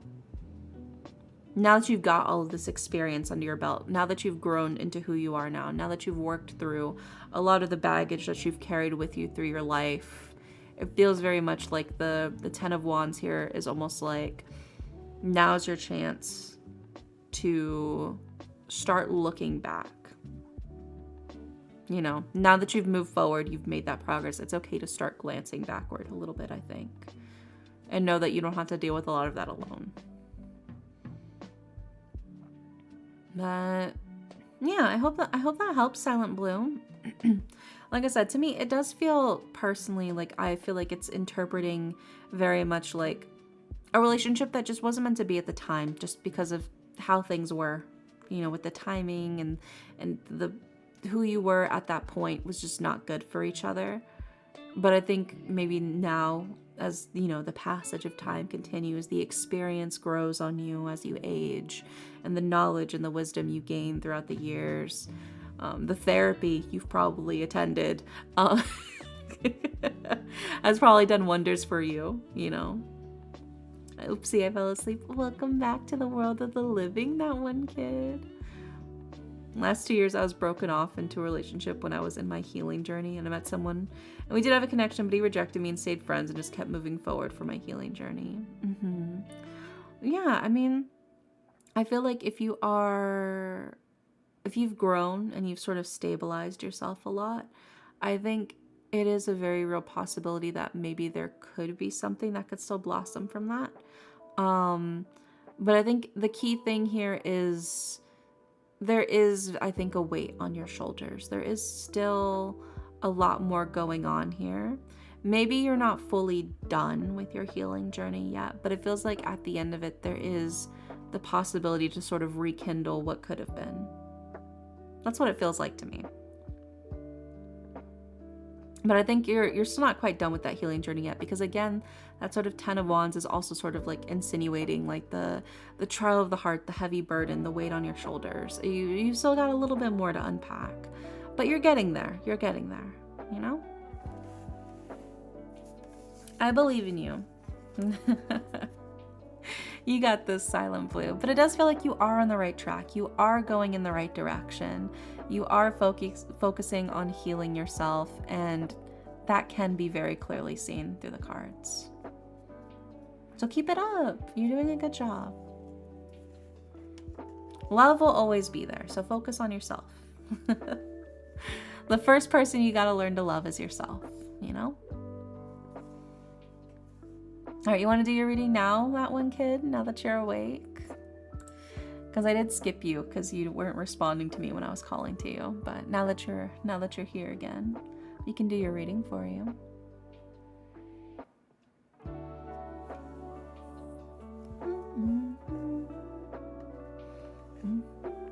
Oh my god, hi Radiant, welcome in. How are you? Did you fall asleep again, that one kid? Hello? Imagine they woke up briefly just to be like, oh, I fell asleep, and then just immediately pass back out again.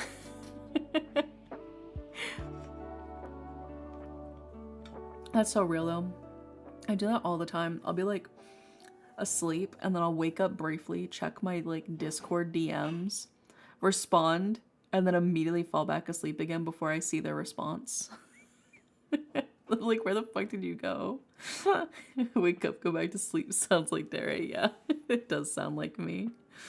It is very me. Did you fall asleep again, that one kid? Where are you? Oh, that's it. Oh, there you are. Okay. Did you want to go ahead and do your reading now then, that one kid? Don't fall asleep. Stay awake. At least for a little bit, real quick, just to answer. Sleep mage too powerful. Yeah. My sleepy energy's off the charts. It's like that one scene in Freerun where she like fully unleashes her like full magical power, her mana that she's been suppressing like her entire life. Okay. That's me with my EP power. I'm right here and sure. Yeah. Okay, we'll go ahead and do your reading for you then, that one kid. For that relationship with that one person.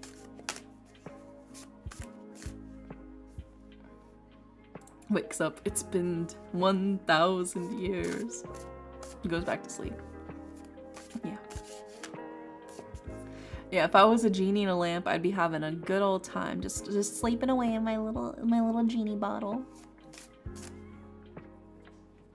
I would have it fully decked out. It'd be so cozy. I'd be kind of mad if they woke me up.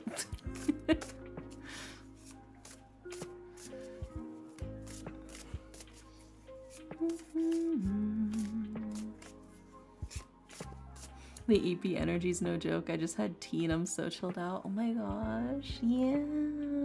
Dude, I have a big collection of like spiced chai. Like I have like 7 different types of chai and I kind of want to make some.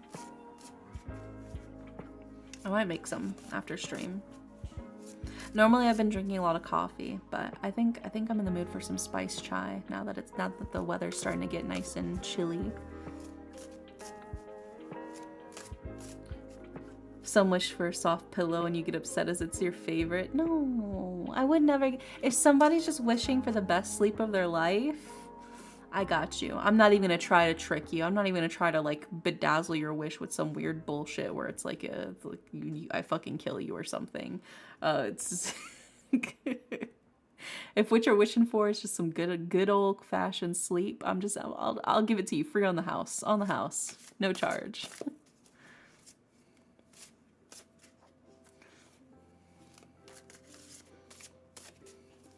I don't know how to paint nails evenly yet, but the stamp should draw the attention. I mean, you put enough sparkles on it, it's gonna look good. People are gonna be too distracted by the pretty colors and the sparkles to really pay attention to the paint job. If you get a little messy, you can just use a little bit of acetone and a cleanup brush, and you can just wipe around, you know, the edges to clean it up a bit. So it's not that big of a deal if you make it a little messy when you're applying it.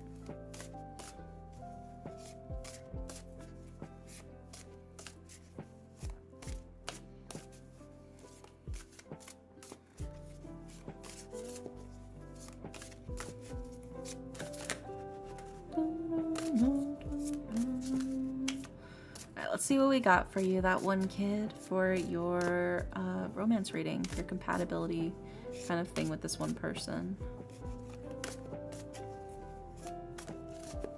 What's going on in there? We kind of discussed it earlier, but not through the cards. That was just me telling you what I personally think. Ooh, okay. All right. Well, that kind of just affirms the what we were talking about earlier. All right, let's go ahead and put this up on the screen. Also, Radiant, thank you so much for the 6 months. Oh my gosh, half a year. Thank you. Yeah, you'll see in just a sec. I'm about to put it up on the screen for you, that one kid. And then you'll see exactly what I was sort of grimacing at. Oops, did I hit the wrong one? Oops, this one. There we go. Also, oh my gosh, Takashi Sotodate. Hi, Neon. How are you? Welcome in. Hope you're doing well. And then next up, we've got... Yeah, hope you're doing well. There we go. And then we've got the final card, which is... There we go. So, lots of sharp, pointy objects in this reading for you, right? Right, that one kid? So we've got the Ten of Swords, which is not really a card you want to see. The Ten of Swords is not a fun card. We'll dive more into that later, right? But then you've also got the reverse 8 of Wands, which is very prickly. You can see all the thorns and the bramble. And then you also have the reverse 4 of Swords as well. It's a lot going on here. It's messy, it's painful, it's not a good time. I'm gonna be real with you right up front. This is why I went, ooh, when I was reading it. I was like, ooh, that's not the best reading to get for this. But let's go ahead and start breaking it down for you, all right? Starting with the Ten of Swords. The Ten of Swords is a card of pain, misfortune, misery, despair, anguish, defeat, a lot. You name it, it's not a good time. You're being stabbed by 10 swords. It's 10 swords right in the back, right? That's what the Ten of Swords is. it's not a good time. It's painful. It sucks ass. This is the shit sucks ass card, all right? And then following it up as well with the reverse 8 of Wands, right? The reverse 8 of Wands is, again, attacks from all sides. It's a new volley of arrows. It is canceled plans, things not working out. While in its upright position, you have those delicious, delicious, yummy little blackberries to munch on. In its upright position, you are just jabbing your hand into the thorns. It is not a good time. It's very much, it's this is not a good reading for you, fam. I think you just gotta unfriend this guy. I genuinely think you just gotta unfriend him. Like, take the L. It sucks. I think you just moved on a little too fast, and it is what it is. Cut your losses, personally. I think the cards here are pretty clear on this. It is not a good time for you. This is pretty painful. And then that brings us to your final card as well, which is the reverse 4 of Swords. And the reverse 4 of Swords is a card of the battle's not over. The battle's not over. It is what it is. Now's your chance to sort of take a moment's rest, breathe before you get out of there. But this is also a card of protection from sort of ill intent. People who might, you've shown a lot of vulnerability to him. And maybe a bit too much vulnerability to him in a way that I don't think is going to be helpful for either of you. You're not going to really get what you want out of that, and he's not really going to get what he wants out of that. I don't think you need a ghost. I think you can just be like, maybe this isn't the best for us. After some reflection, I'm not sure if things are going to work out. I don't think you need to necessarily ghost, but I think you probably should, cut what was happening. But at least give, a response. That way you're not ghosting. The whole issue with ghosting is people don't know where they stand with that relationship, and that's where it gets, kind of complicated and messy. It's like, oh, they suddenly stopped replying to me. They didn't tell me anything. I think you can at least be like, after some reflection, I'm not sure. If you want to be polite, you can be like, I'm not sure if I'm ready for a relationship with where I'm at right now. You give him the old, it's not you, it's me kind of situation to soften the blow. That way, makes it easier. But yeah, no, I think what we were talking about earlier is probably true. He probably got a little scared off from the initial very, very strong vulnerability that was kind of happening there, the moving very fast sort of situation. And then the fact he only blocked you on the dating app but not on Facebook, to me reads as he's saving you for later kind of vibes. It doesn't feel right from kind of either side, personally. I think you both want very, very different things, and you're looking for very, very different things, and maybe you're both not quite ready for a relationship, right? I think this is probably not the best for either of you in terms of healthiness. So I think the best thing for you to do is just, that way you're not ghosting. Message, be like, after some reflection, I think I just need some more time for myself too. So I'm gonna head on out now. Yeah, I mean, if you could just straight up just unfollow on Facebook if he's still friends with you on Facebook, just unfriend him on Facebook. If he's already got you blocked on the app, but he's still friends with you on Facebook, just unfriend him on Facebook then, Also, hi, Bulkhead, welcome in. Yeah, it's kind of harsh. I know we broke up with his first relationship back in April this year. Yeah, it can be, it's just, there's a lot going on here. I don't think it's necessarily any one specific individual in this. I think it's just, there's a lot going on that you're probably just both not right for each other, and it's kind of amplifying in a very not good way, Like I said, you got the 10 of Swords, you got the reverse 8 of Wands. It's very messy, it's very dirty, it's very sharp and pointy. it's not a great time. I would say, yeah, it's kind of a clusterfuck. There's a lot going on there. I think it's probably best for you just be like, yeah, nah. I tried. I put myself out there, but it just didn't work. You know, it is what it is. You're gonna have people and relationships and interactions like that. It doesn't necessarily mean that either of you are necessarily wrong or bad or anything like that. Like, I don't think he's evil or anything like that, but I think you're just not right for each other, and that if you stuck together, even though, you know, there may not be intentions of it being bad, I still don't think this is the best for you. This is the best move for you to continue sort of pursuing him, if you will. Gonna go to bed. I want to say hi and happy Halloween. Happy Halloween, Bulkhead. Thank you, thank you. Very sweet of you. It is officially Halloween, actually. It is 1:05 a.m., so it is Halloween over here. Very exciting. But yeah, no, that one kid, I think you just gotta cut it off. Whatever's going on there, I think you just gotta cut your losses. It's rough, buddy. Very, very, very, I will say this, very few times do I audibly go when I'm reading somebody, okay? I think you can ask the rest of chat.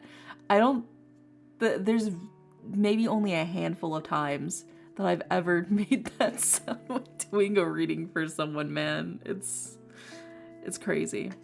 Yeah, cut your losses, move forward, move on, unfortunately. I think that's the best thing you can do for yourself.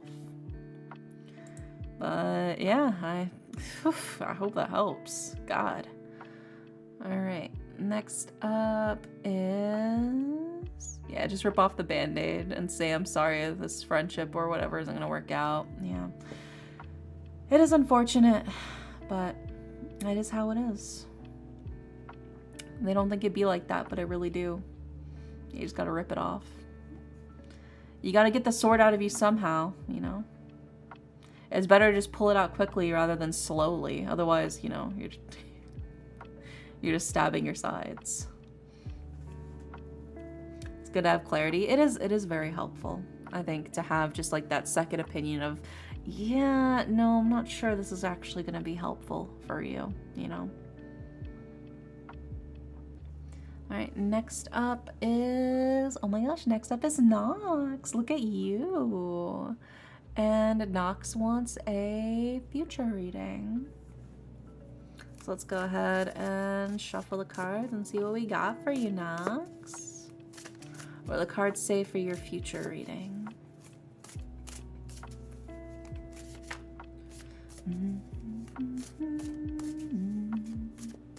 Hopefully we get some good news. My fingers are crossed. I want to see a lot of good cards. I want to see the Sun. I want to see the Chariot. I want to see maybe the Upright Fool if we're feeling a little fresh, or the Six of Swords could be a good one. We'll see. But I want to see some good cards on this reading. We'll see how it goes.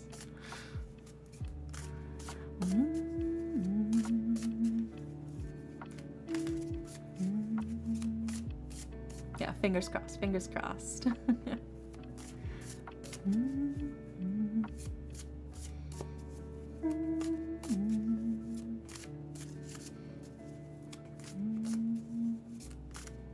Sorry for missing. Hi, Berserk. There you are. I was wondering where you disappeared to, Berserk. You did miss, but we'll circle back around to you after we do this reading for Nox. So if you stick around after I do Nox's reading, we'll do yours next. Okay, Berserk?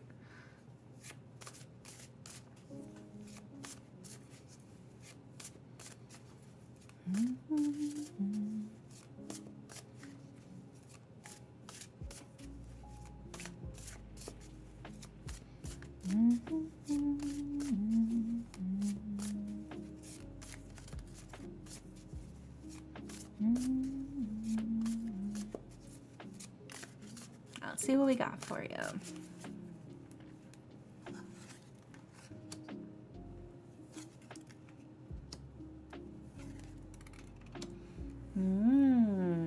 Okay.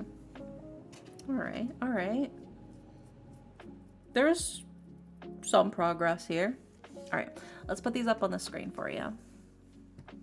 Starting with...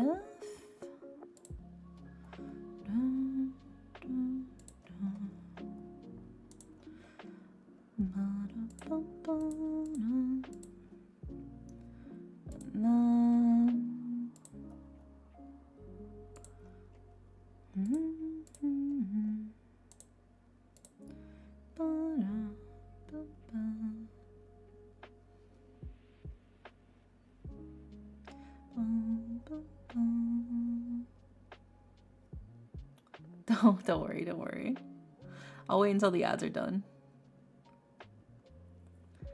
Then we've got the...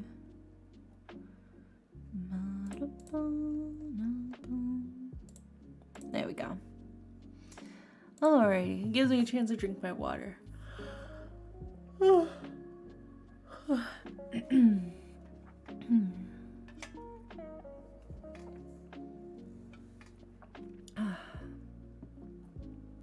Also, hi Natural, welcome in. Hope you're doing well.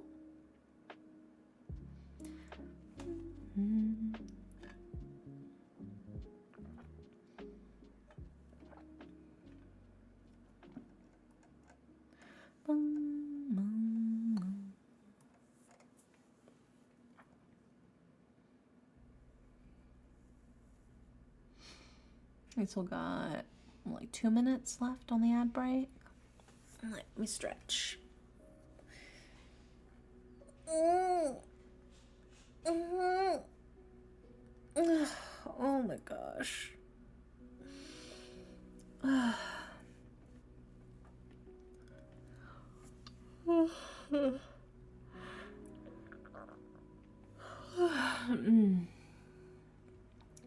Big yawn, big yawn. Let me know when you're free. Let me know when you're back. Yeah, stretching water, tea. Yeah, I got my water next to me. A nice little stretch and hydrate, if you will. We do love that. We do love that. I gotta check on this commissioner's message. Well, we got the ad break, I suppose. Let me see.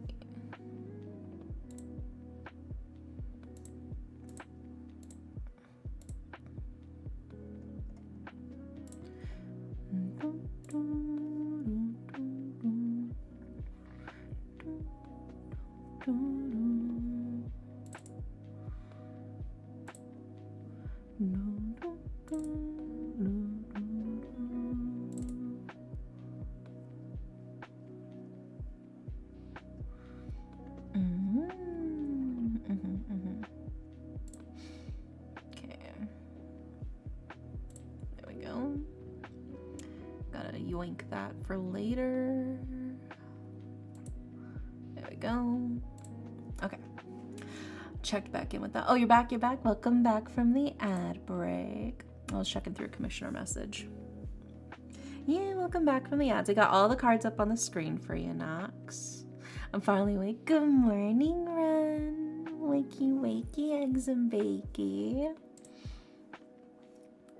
We have a reading. Do we have any tarot reading slots open? Let me see. All of the slots are currently taken at the moment. But as we go through, some people tend to disappear. There's a chance we could have a couple of raffle slots towards the end of stream.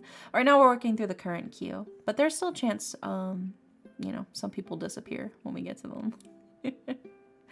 All right, so in order of left to right for you, Knox, for your future reading, we've got Judgment, we've got the reverse 8 of Coins, and we have the reverse King of Cups. So we start with Judgment, which I think is a good card to start off with because it's the end of winter, the start of spring, the end of the night, the dawn of something new.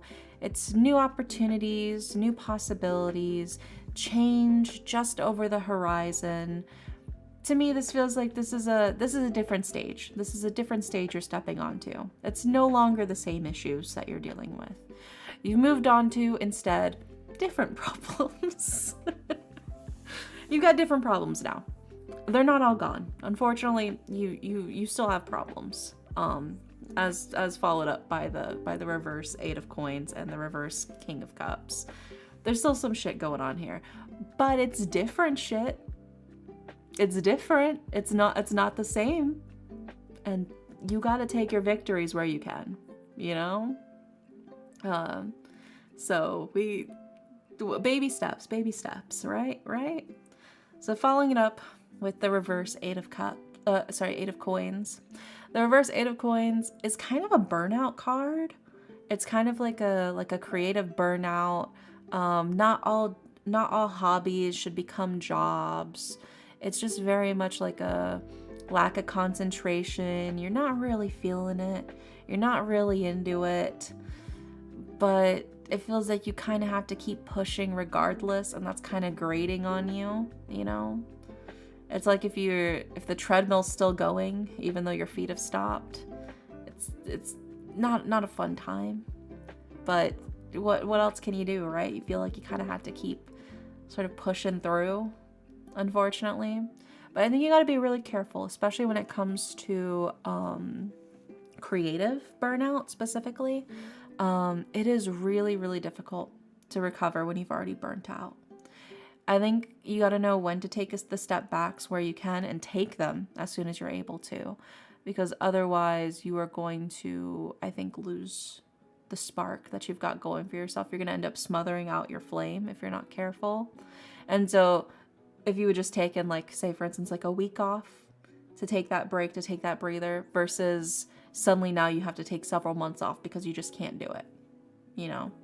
I think it's like you got to know when it's worth it to actually take the step back now versus waiting for everything to sort of collapse later kind of vibes is what the reverse Eight of Coins is kind of all about. It's like sometimes it's better to take the small L now instead of taking the bigger L later down the line.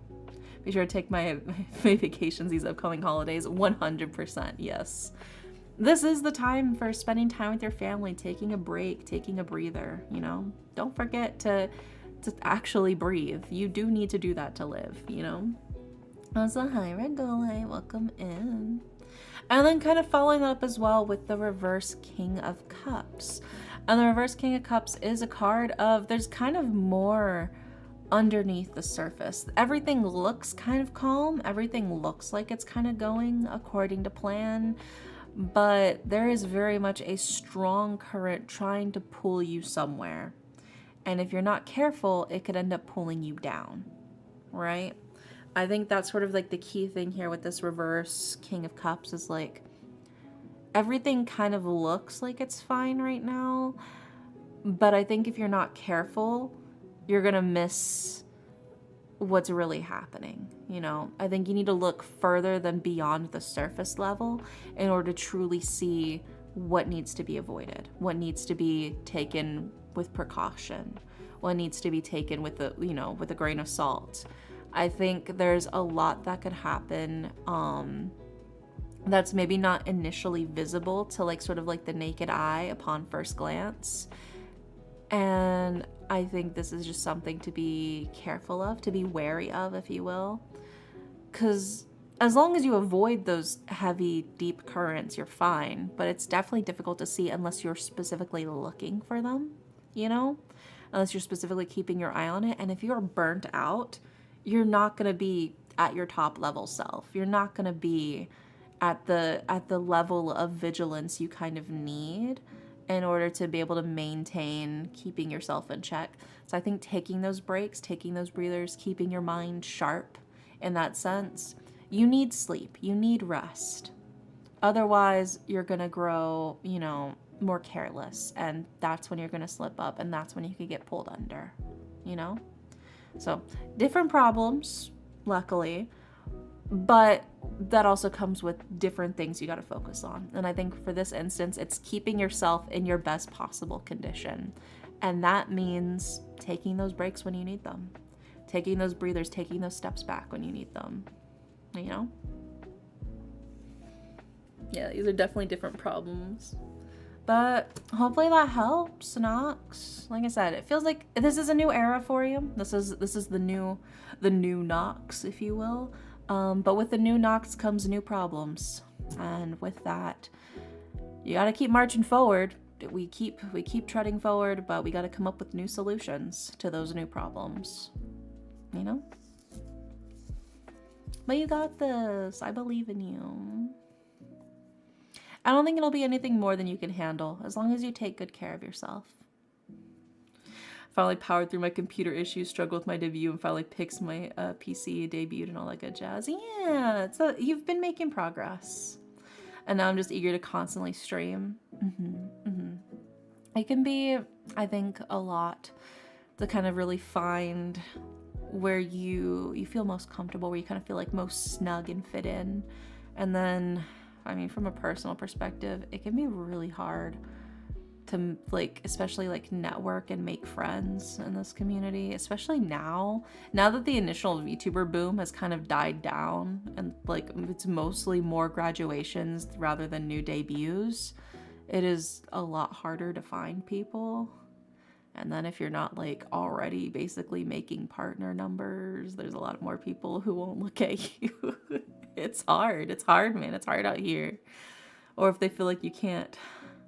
People don't even try to use me to get free art, man. I see people cozying up to artists all the time, trying to be like, oh my God, bestie. People don't even do that to me. I feel a little insulted. You don't even want to use me?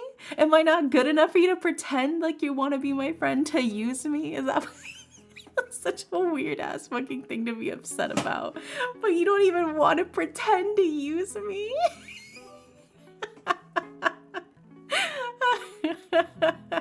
Oh my God, Doc! Oh my God! Hi, Doc! Thank you so much for the 200 biddies. It's been so long. No, yeah, it's so ridiculous because it like content creation can be such fucking brain rot, dude. You do not use me. You pay for me for my services, all right? Maybe I give you a little bit of a shy discount, you know, but but no, like I'll see like a bunch of VTubers all the time be like, oh my God, artist bestie, like lol, oh my gosh, you're so amazing, blah blah blah blah blah. And like you know, in order to like cozy up to get free art or whatever. Nobody fucking does that to me. Nobody's ever done that to me. I've like in the like multiple years I've been in this community, not a single person has tried to kiss my ass to try to get free art. And I'm a little bit like insulted. I'm a little bit insulted that nobody's trying to kiss my ass to get free art. It wouldn't work, right? Like I could see through that, but like at least it's nice to feel wanted. You know? Nobody wants to use me. Does that mean I'm not good enough for them to want to use? Which is such a stupid way of looking at it, because like from hindsight, you're like, you want people to try to use you. It's like, are you fucking stupid? But it's like, I just want to feel like I've got something to offer. I've got something that they want, you know?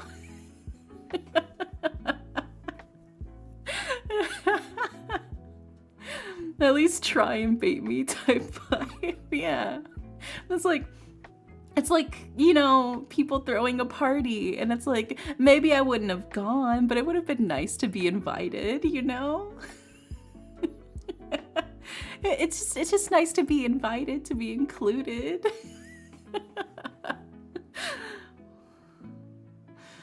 This is the rant of all time. An affirming level of objectification. Yeah, I wanna know my art's good enough that people will pretend to kiss my ass to get some. Such a stupid fucking rant. But Content Brain does that too. Indeed, don't worry, we'll find some people to kiss your ass. Yeah. Like, I try to join like the collab servers. I try to join like the different, I try to reach out for like group covers and like yotaite things, and I get ghosted, man. I'm like, I'll even do free art if I can join in, you know? And they're like, yeah, we found other people. The slots are taken. I'm like, God damn it, man. Invite me out so I'll be the jerk for not showing up. Yeah! At least give me the opportunity to turn it down, man. At least give me the chance to look like the asshole. I don't even get invited in the first place. Oh, yeah, that's a load off my chest. But yeah, no, content creation brain rot is so fucking real, dude. It gets in your head and you start like doubting everything. Like, you feel like, I think especially when your brand is very similar to like who you are as a person, and it's not really like a proper quote unquote like persona or character, it's more just like you, which I think mine kind of is very much just like, it's just me, but with pretty art, you know? It feels almost like a personal attack when you feel unseen or you feel ignored, or if you post your art and you get 1 like, you know, it feels like oh, this is me. They hate me as a person. It's like it's tough. It gets in your head. It worms your way in a little bit. Andy, would you give me free art? I'll pay you in money. That's not how free works. That's not how free works, Ren. It's so hard. It's the algorithm though. Yeah. Yeah, I have to convince myself. It's like it's just the algorithm. My stuff is good, I swear. I've seen dozens of people and me go through that. By the way, Poppy, you're like shadow banned on Twitter. I don't know if you know that. You're like actually shadow banned on Twitter. I only ever see your comments when I'm actively going through the comment section. Like, I have to physically click on my post and scroll through the comments in order to see your comment. I don't get any notifications when you like or retweet or comment on any of my stuff on Twitter. So when I respond to you, I want you to know it's me personally going out of my way to check my comments. I just so if I don't respond to you, you know it's not that I'm ignoring you, okay? I just don't want you to think that it's like, oh my god, I can't believe Indy's not responding to me. I can't believe Indy's ignoring everything when I'm interacting. It's like I literally don't get notified. What do you do? How does one get shadow banned? I don't know. I got shadow banned for like an entire 6 months. Don't know why. It's not like I post porn. It's not like I was posting links. It's not like I was posting edgy content. It's not like I was not doing anything. But I wouldn't even show up in the search bar. Yeah. It was rough. It was like the first 6-ish months of my account. It was weird. I don't know. Casting illegal sleepy spells. Shh. Shh. That's my side hustle. Shh, they don't know about that. Keep it on the down low. What are you, a cop? It could also just be like rejection sensitivity, dysphoria, and like I don't go on Twitter much anymore, and even Blue Sky where I generally get more interactions. My scrungly doodles get like 30 likes, and my actual effort art gets like 1. Oh, yeah, dude. It sucks. I don't... I get more interactions on Blue Sky than I do on Twitter. For sure. On Twitter, I've got like, you know, like 1.5k followers, you know. On Blue Sky, I got like 300. I get like twice as much interactions on Blue Sky than I do on Twitter, which is, I think, insane, considering I have literally 5 times as many followers on Twitter. Yeah. How's everyone getting shit on Blue Sky? I will say it's because I got on there early. It is because I got on there early. I think it helped. I joined pretty quickly. And so I was in a couple of people's like packs. But it's hard. I get lover on Twitter more than Blue Sky. Dude. My reference sheet that I posted on Twitter. Do you want to know how many likes my reference sheet got on Twitter, bro? After I constantly reposted it too, I was like constantly like trying to show like repost it and quote repost it. So you want to know how many likes my reference sheet got? As of right now, as of right of this very moment, 29 likes.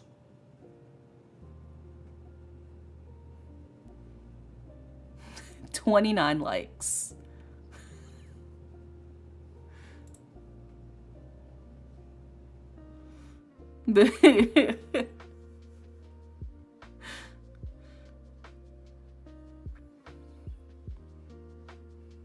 Yeah, it's difficult. It's rough in these streets and in the Twitter streets, man. And it's not from a lack of trying. I've been posting it, I've been retweeting it, I've been, quote retweeting it. Yeah, it's just, it is what it is. It is what it is. You do what you can, but at the end of the day, yeah, it's got 3.2K impressions and then 29 likes. I was like, oh, okay, everybody just hates me then. Let me just hide and disappear into the ether forever. Everybody's seeing it and then nobody's liking it. Oh, okay, everybody hates me. All right, I'll just turn into a mushroom. I'll turn into a shiitake mushroom. And then somebody will harvest me and turn me into soup. That's what's gonna happen. That's the next stage of my life now. I see.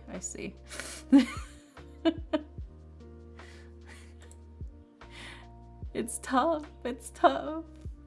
We got Radiant, thank you for liking my reference sheet. We're at 30 likes now. Let's go. It's not you, it's the VTuber meta and the algorithm. Yeah. It's just, I think I'm also just like a weird niche too. I think that's also the thing, is like, I'm not really like a gamer VTuber, you know? Like, I have been playing Silent Hill, which I think has been helping, but I'm just, in general, I'm not really a gamer. I play visual novels, you know? I want to like it, but I already have. Oh my god, you like, I've already been here. Is sleep niche? I think it's because, well, I can't really do ASMR streams anymore because my roommates, they're too loud. So I started focusing on like the ASMR like videos, so I can like make sure the audio is like good. I can do retakes and stuff like that if I need to. I can adjust it and tweak it and make it all nice and neat. By the way, I finished the script for the next ASMR roleplay. I'm gonna try to post it in the morning. I'm gonna try to post the finished ASMR roleplay in the morning, so keep an eye out for that, I suppose. But I think because technically I mostly focus on like tarot and like visual novels, and I'm not really like super energetic. I'm not like super, I think, hyper, you know? If your roommate's too loud, maybe get them a muzzle.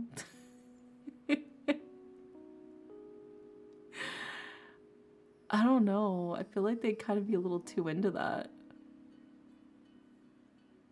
You know? But yeah, I think I kind of fit into like a weird niche. Which I like the niche I fit in, but I think it makes it harder for people to find me unless they're actively looking for that stuff, which is unfortunate. Versus just like gaming in general, which is kind of more like generalized appeal, I think. I don't know. If only we could like tweets multiple times. I know, it's like I'd like to kudos this fanfic multiple times kind of vibes. But yeah, don't let the brainworms get to you. Don't let the brainworms get to you. The good kind of VTuber, not pretending to be a hyperactive child. I mean, some people do just have very energetic personalities. There's nothing wrong with being a very energetic person. I would say my partner, Harper, is a very energetic, very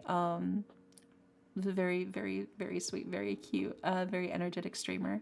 They're very energetic, and I think that's part of their charm because that's just kind of their vibe, you know? They're very, very puppy, very sun, very warm, very vibrant sort of energy. And then I'm like the moon. I'm more like chill and cool and like relaxed, you know? But that's what I like about them, you know? So I think there's nothing wrong with being that type of person and being that type of streamer, having like the super high energy, having a good time, kind of excited vibes. I'm telling you about the ones that have the very childlike models. I mean, some people just like it because it's cute. I don't know. I try not to judge. A lot of them aren't really my personal taste of streamer. I'm not really the type of person that likes to watch the super crazy hyperactive streams, but I mean, they've clearly got an audience for it and people who really do enjoy that. And I think those can be a lot of fun. The reason I follow Harper, they have energy, but they're not too much. Well, yeah, it's because Harper's just being themselves. And I think that's sort of a key thing here, is there are people who are just genuinely being themselves, and themselves is a very energetic, high energy, very fun loving person. And that's part of their appeal. That's why I love them. My favorite froggy. I definitely got a lot of loud energy, but not childlike at all. Yeah, I've seen you play horror games. I've seen you play the back rooms. I'm well aware.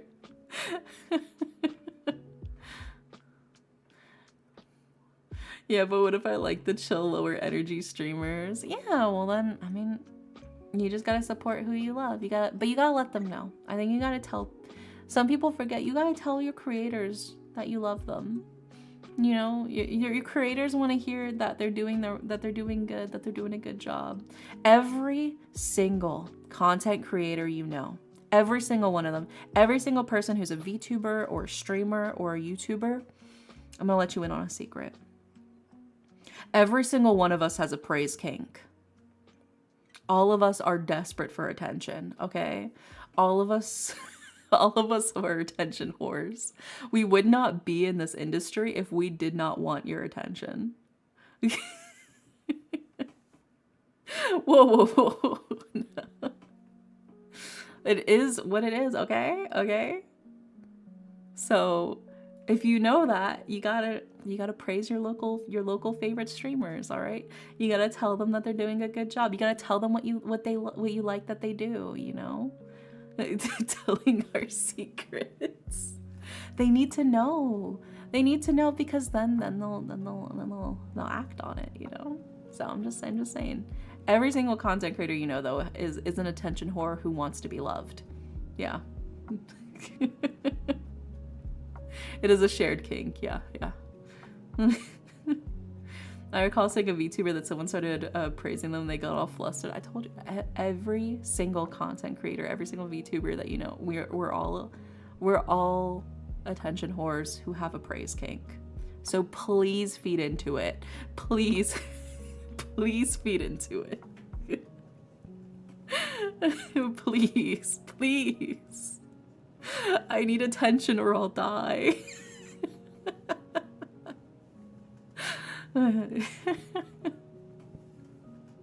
Love language, words of praise.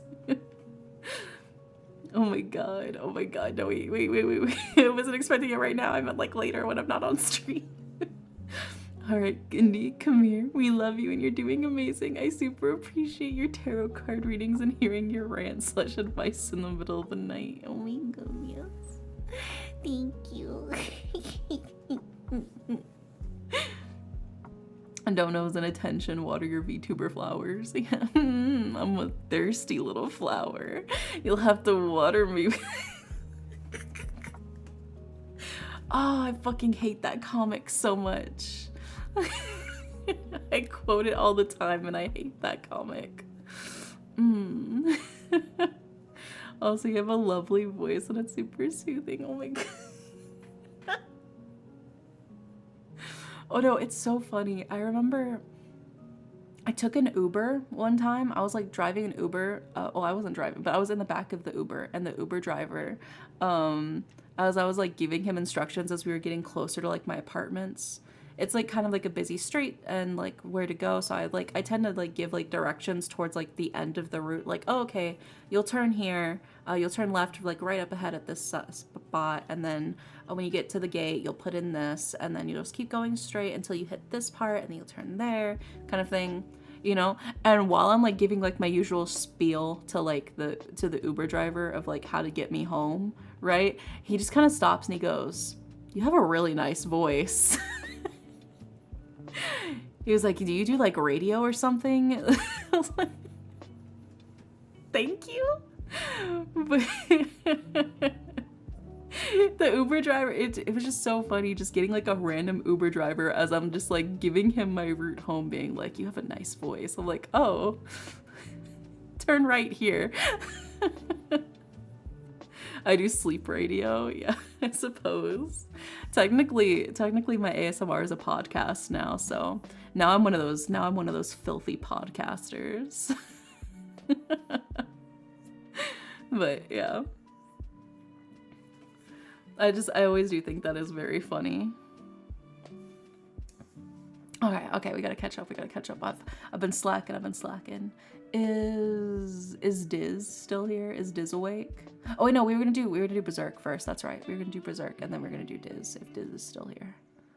Alright, so the Honk Shoe podcast.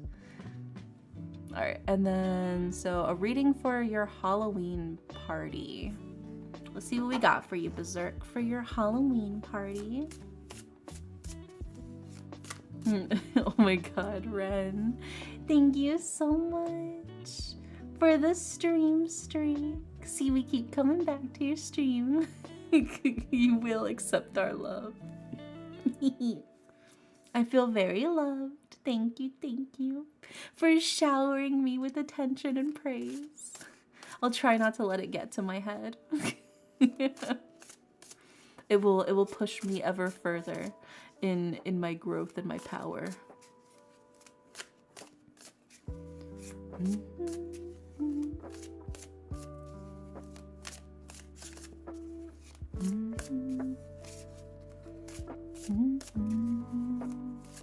Let's see what we got for you, Berserk. But yeah, I hope that helps, Nox. I hope I hope that gives you some help in what you're going through right now.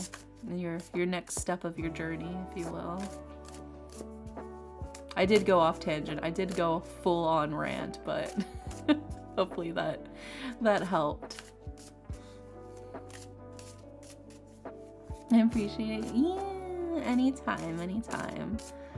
And you know, if I'm ever not streaming and you want a reading, you're always welcome to DM me if you just want a reading.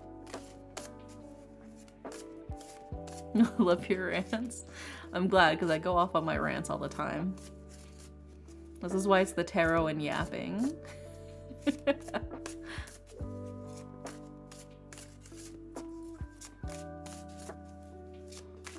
The flavored Jesus bread rant is one of my favorites. Oh my god, the body of Christ. We need to get the ranch flavored Jesus. All right. I'm saying it now. More impassioned dairy rants. I have a lot of thoughts and feelings about a lot of different things. So we should become VTubers if we strongly crave praise and attention. Nobody should become a VTuber. Nobody should be a VTuber. Don't do it. But if you strongly crave praise and attention, you probably will turn into a VTuber.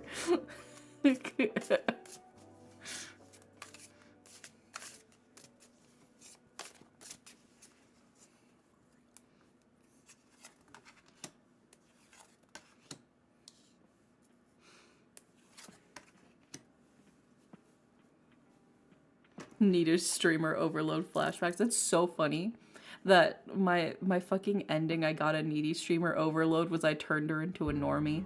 I fixed her. I healed her. Yeah, thanks so much for the lurk, Nox. I appreciate it. Have a good night. Stay cozy. Instead of being a VTuber, become ungovernable. Yeah, we should all become ungovernable. Alright, let's put these up on the screen for you. Berserk. Starting with...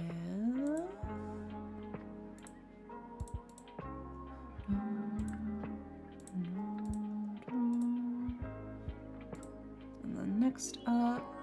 Oh, it's the same card with this one. Oh my gosh, Asteria! Welcome in! How are you? How's it going? Wait, this one's actually the same card, but this time it's upright. So that's fun. And then the third card is...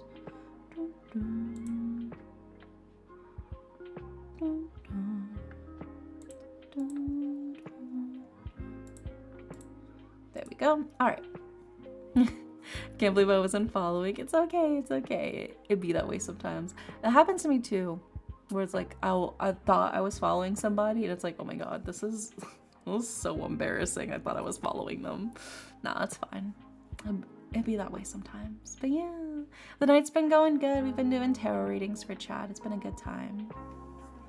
And then speaking of, so Berserk, for your reading for your party, in order of left to right, we've got the Ace of Coins, we've got the Eight of Coins, and we have the reverse Page of Wands. Yeah, it happens sometimes. Also, sometimes Twitch just like unfollows you from people sometimes too. So that's also a possibility. Twitch just decided, no, you don't want to follow them anymore. And just unfollows them for you. I don't know why. That is a thing though that they do sometimes. Yeah, I'm gonna head out, but this is extremely cozy. Yeah, take care, Diz. Have a good night. Sweet dreams. But yeah, okay, so we'll go ahead and start breaking this down for you, starting with the Ace of Coins. The Irish unfollow. That's crazy. What an insane name to call it. So we start, like I said, with the Ace of Coins. The Ace of Coins is a card of prosperity. It's a card of abundance, of nourishment. It's a card of wealth and pleasure, a little bit of hedonism. We all love a good bit of hedonism, especially at a party. You need a little bit of hedonism at a good party. It should be indulgent. It should be a little much, as it should be. I think you should treat yourself. I think you should slut yourself out a little bit, Berserk, for the Halloween party. I think you should be a little slutty for it. You should wear a slutty Halloween costume. That's what the card said. That's what the card said. You should wear the slutty nurse outfit. That's what they said. I heard them. They mentioned that. They said specifically the slutty nurse costume. But they'll accept whatever ones you happen to have on hand. If you have a maid outfit, they'll accept that too. But be indulgent. Be indulgent. Have fun with it. That's what the Ace of Coins is really all about. My gutters will be out. Let's go. Hell yeah. And then we followed up with the Eight of Coins. And the Eight of Coins is a card of beauty can be seen anywhere you look for it. Beauty is in the eye of the beholder. And it is up to you to decide that, yeah, you fucking got it, baby. You got it, and they got it, and they can get it, if you know what I'm saying. Have a good time with it. Be chill, have a good time, and be open to the world of beautiful possibilities. You know? Keep your eyes peeled, and I'm sure you'll see some lovely sights. I'm hosting, by the way. Oh, yeah, then you definitely gotta, top dollar, you gotta dress up the best you can. But I think for sure, this is like a card of trust. I think that there will be a lot of beautiful moments and things at this party. As long as you're looking for it. As long as you're looking to have a good time and you're open to having a good time, you're gonna have a good time, right? It's only the people who go into it thinking, oh, this is gonna fucking suck. Oh no, what have I done? Oh, this is a horrible idea. They're not gonna have a good time. But if you go into it like we're gonna go a little sicko mode, we're gonna get a little freaky, if you will. That's where you're gonna shine. That's where that's where the alcohol comes out. And after a few too many drinks, y'all are having strip Jenga. You guys ever played strip Jenga? Anyway, it's a good time. It's a fun time. It's a blast. It's a blast. And then we followed up with the reverse Page of Wands. And the reverse Page of Wands is a card of maybe just be careful. Maybe don't dive too deep into the hedonism. All right, let's keep our wits about us. Nope, someone wanted to do strip Mario Kart once, but canceled. Oh, that sucks. Strip Jenga. You know what Jenga is, right? Like the tower, the block tower game, where you stack with like all the blocks are all stacked, and you have to pull out one block, and you're trying not to knock over the tower. That's Jenga. So we had strip Jenga, which all of those blocks had like different like dares on them as you pulled them out. So you'd pull out a block, and whatever the dare was, you would do it. And then if you knocked over the tower, you'd have to take off an article of clothing. It was fun. It was a good time. I did enjoy strip Jenga.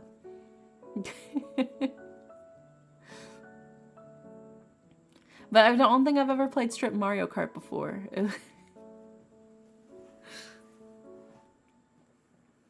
Yeah. There you go. There you go. Now Radiant's like, I see. I understand now.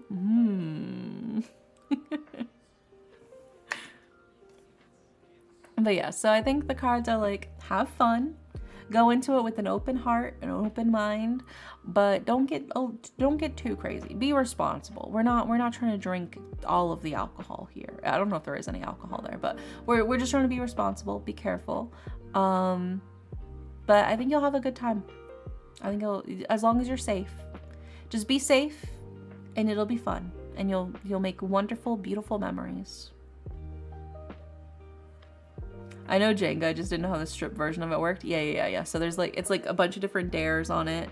And then as you're like pulling out the different blocks and stacking them on top. And then if you happen to knock over the tower, you have to take off an article of clothing. And then they restack the tower and you start over and continue going.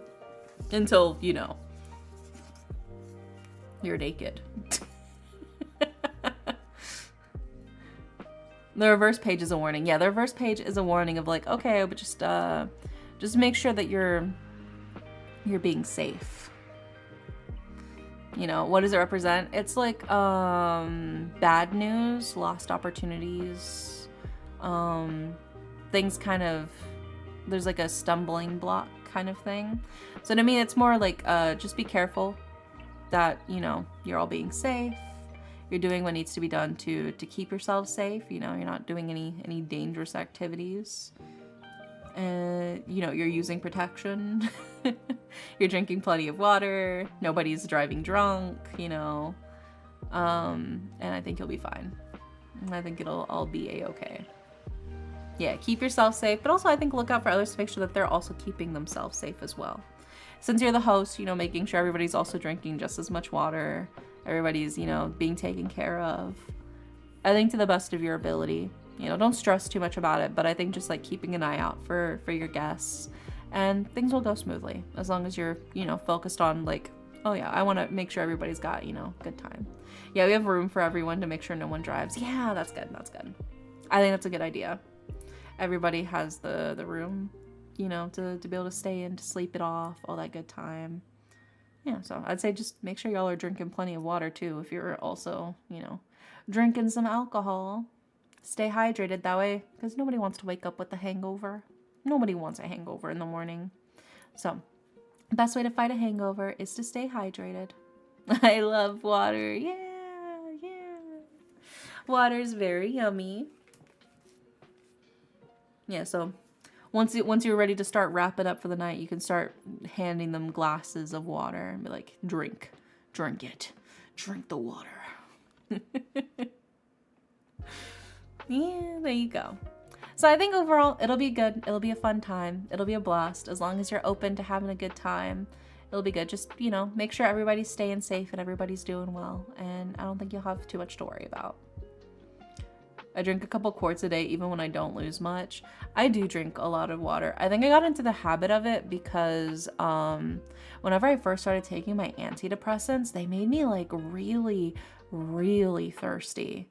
Like, I don't know why, but I was like drinking like so much water and my mouth would still feel dry. I would still feel thirsty. So I got into like the habit of drinking like a fuck ton of water.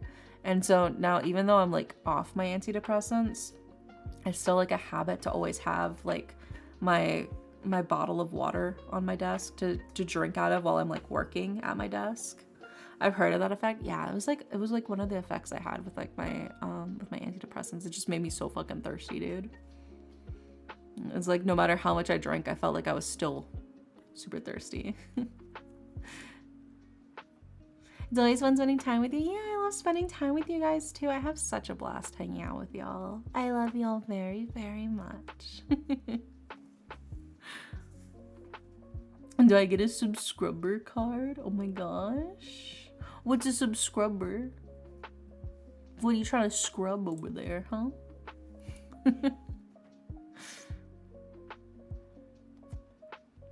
But yeah, there you go. So hopefully that gives you some reassurance, Berserk, that it sounds like the party's gonna be a good time.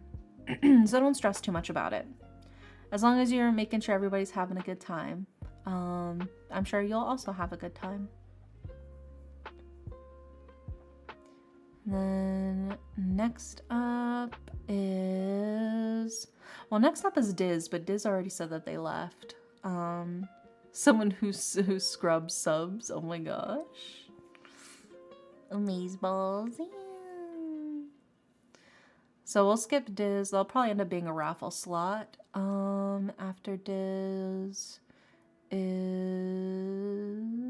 I think that's the last one actually. Okay. So we have one raffle slot, you guys.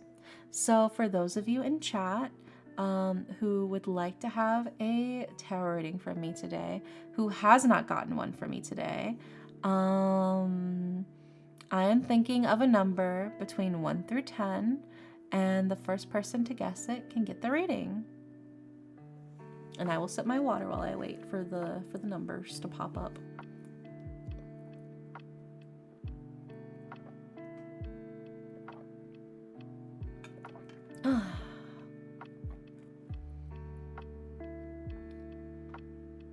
It's not 7. It's not 8.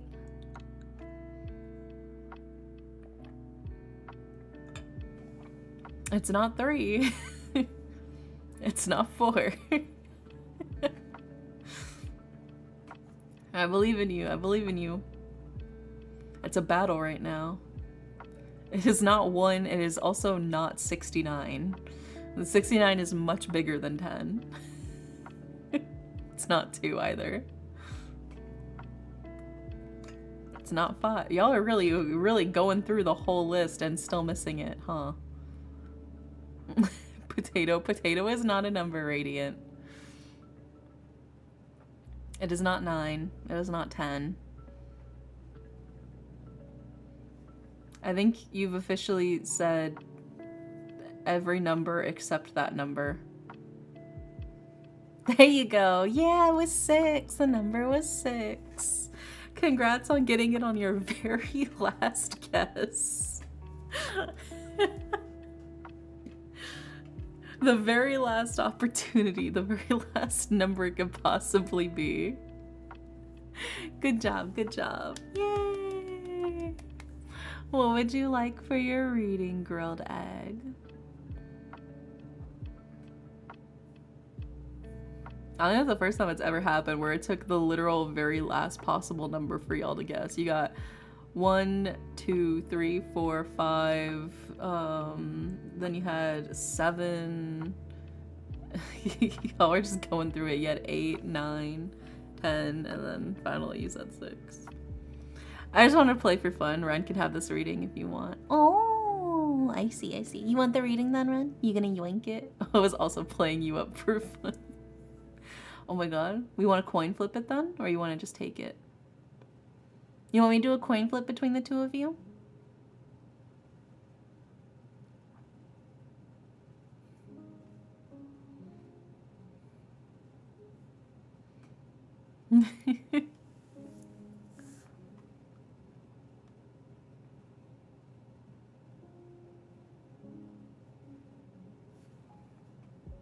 Oh, I guess I'll go. Okay, then we'll do your reading for you then. What would you like for your reading, egg?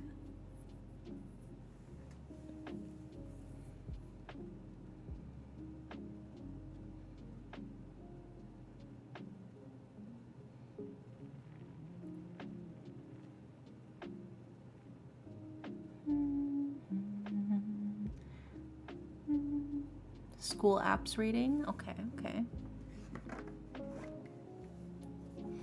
school applications.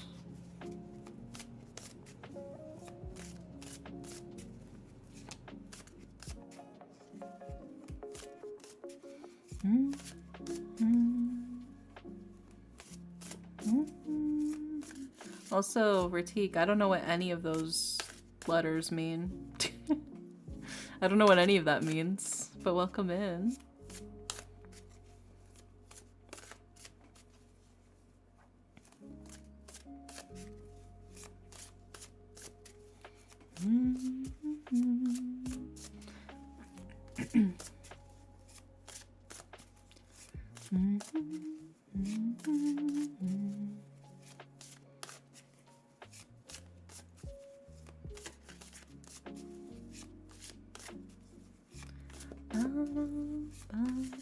Yeah, let's see what we got for you, grilled egg.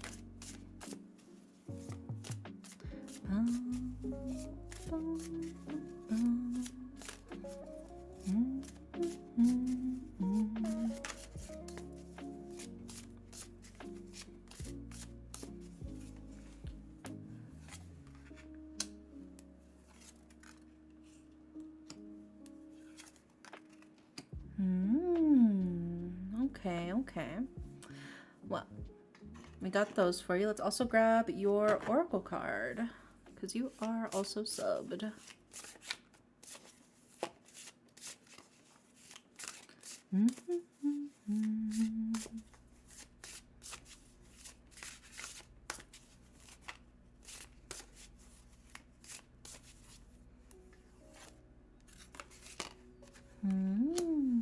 Okay. We've got all of the cards for you, Egg.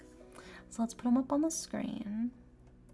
Starting with...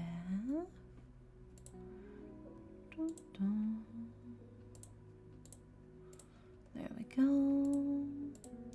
And then we follow it up with... There we go. And then we've got... There we go. All right, we got all of the cards for you. In order of left to right, we have the Three of Wands, we have the reverse Seven of Coins, and we have the Magician.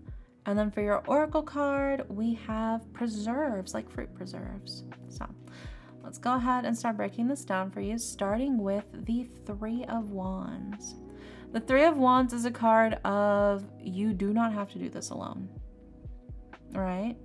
It is a card of help is needed and it's being offered, you know? It is okay to accept help from others, especially people who've already been through this, right?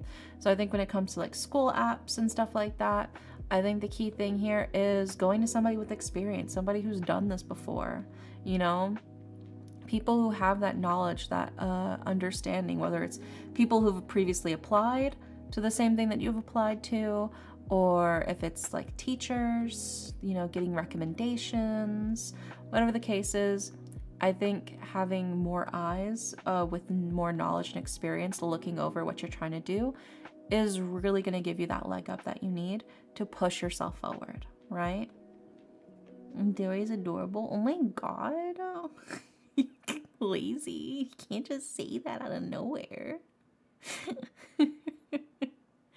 But yeah, so right off the bat, we have the Three of Wands, which is kind of telling you like, it's okay to accept help from others, to get other people's eyes and thoughts on what's going on here, and to get them to really look at what you're doing and to help push you along, I think, into a better direction, to really sort of hone in and file down and trim down what needs to be trimmed down to really polish up what you could possibly do to really make yourself stand out, you know?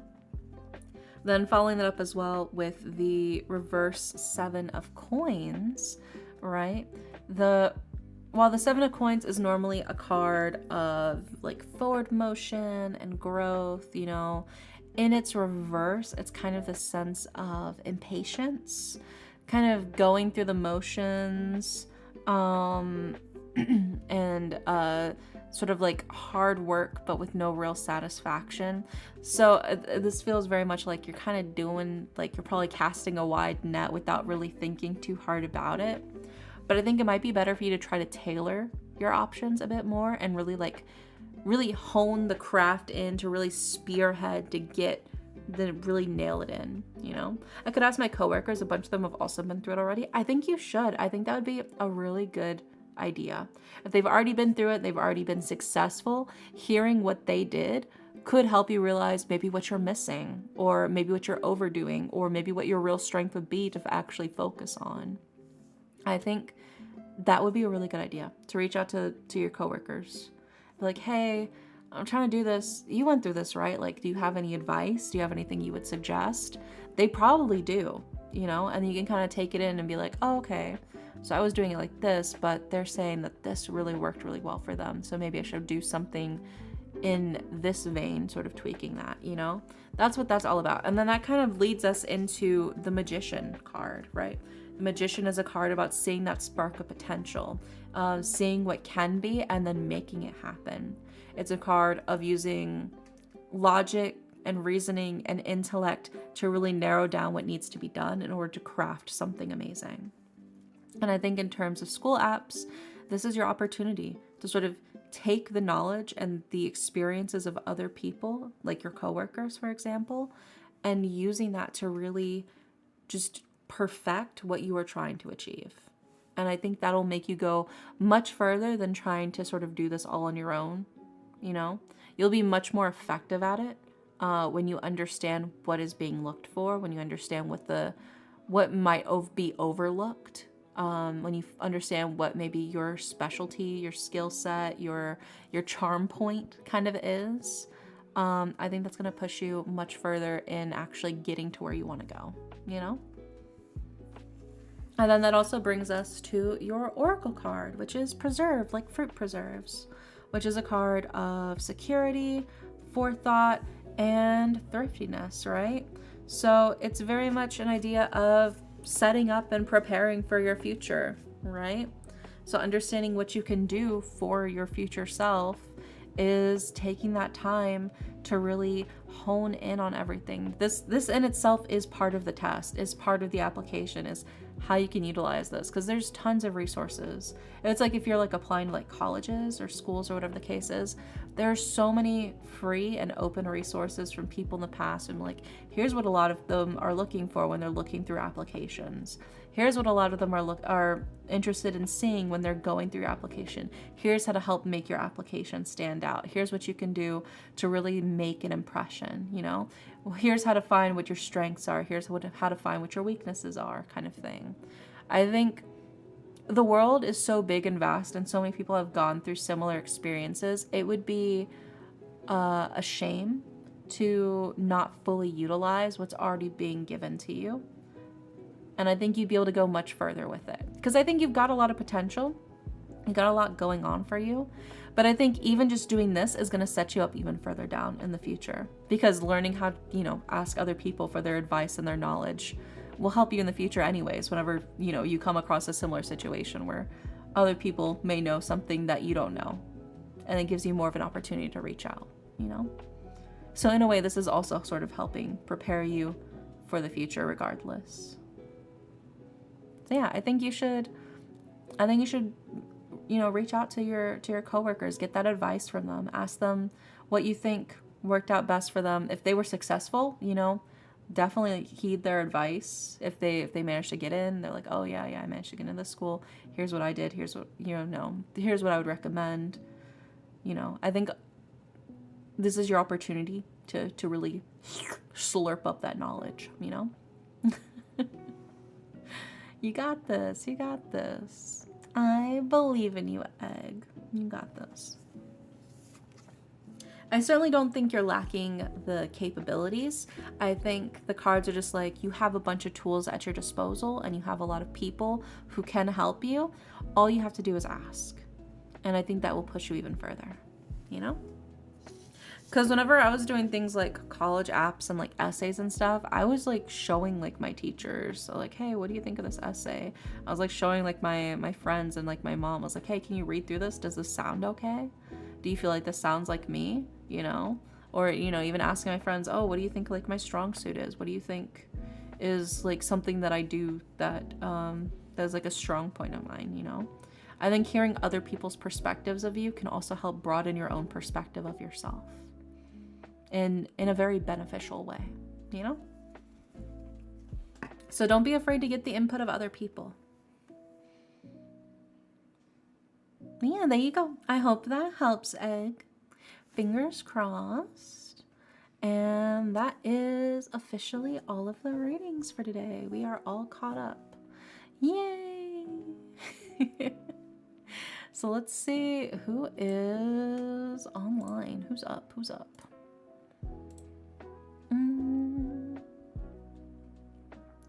There is...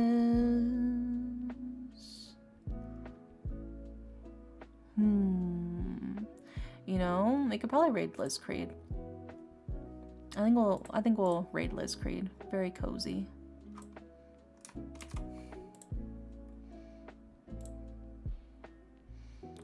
Currently doing some art doodling, it looks like. Yeah. Lazy, what are you trying to do over there? What are you trying to do over there, Lazy? Are you trying to get kissed over there? Is that what it is? Alright, so we're gonna raid Liz Creed, who's currently doing some art doodles. Well, they're BRB right now. They think they just left, but it's fine. We'll secretly raid them while they're gone. Yeah, we're gonna raid Liz Creed. Tomorrow I am playing Silent Hill Forte. So if you guys want to come in and watch as I play Silent Hill, I'm aiming to try to get the ending to the game. I think we're really close to the ending, so I think we'll be able to manage it playing it tomorrow. But yeah, hopefully I will see you guys tomorrow for Silent Hill. But if not, no worries. I'll see you when I see you. I hope you guys have a wonderful, wonderful night. And good night.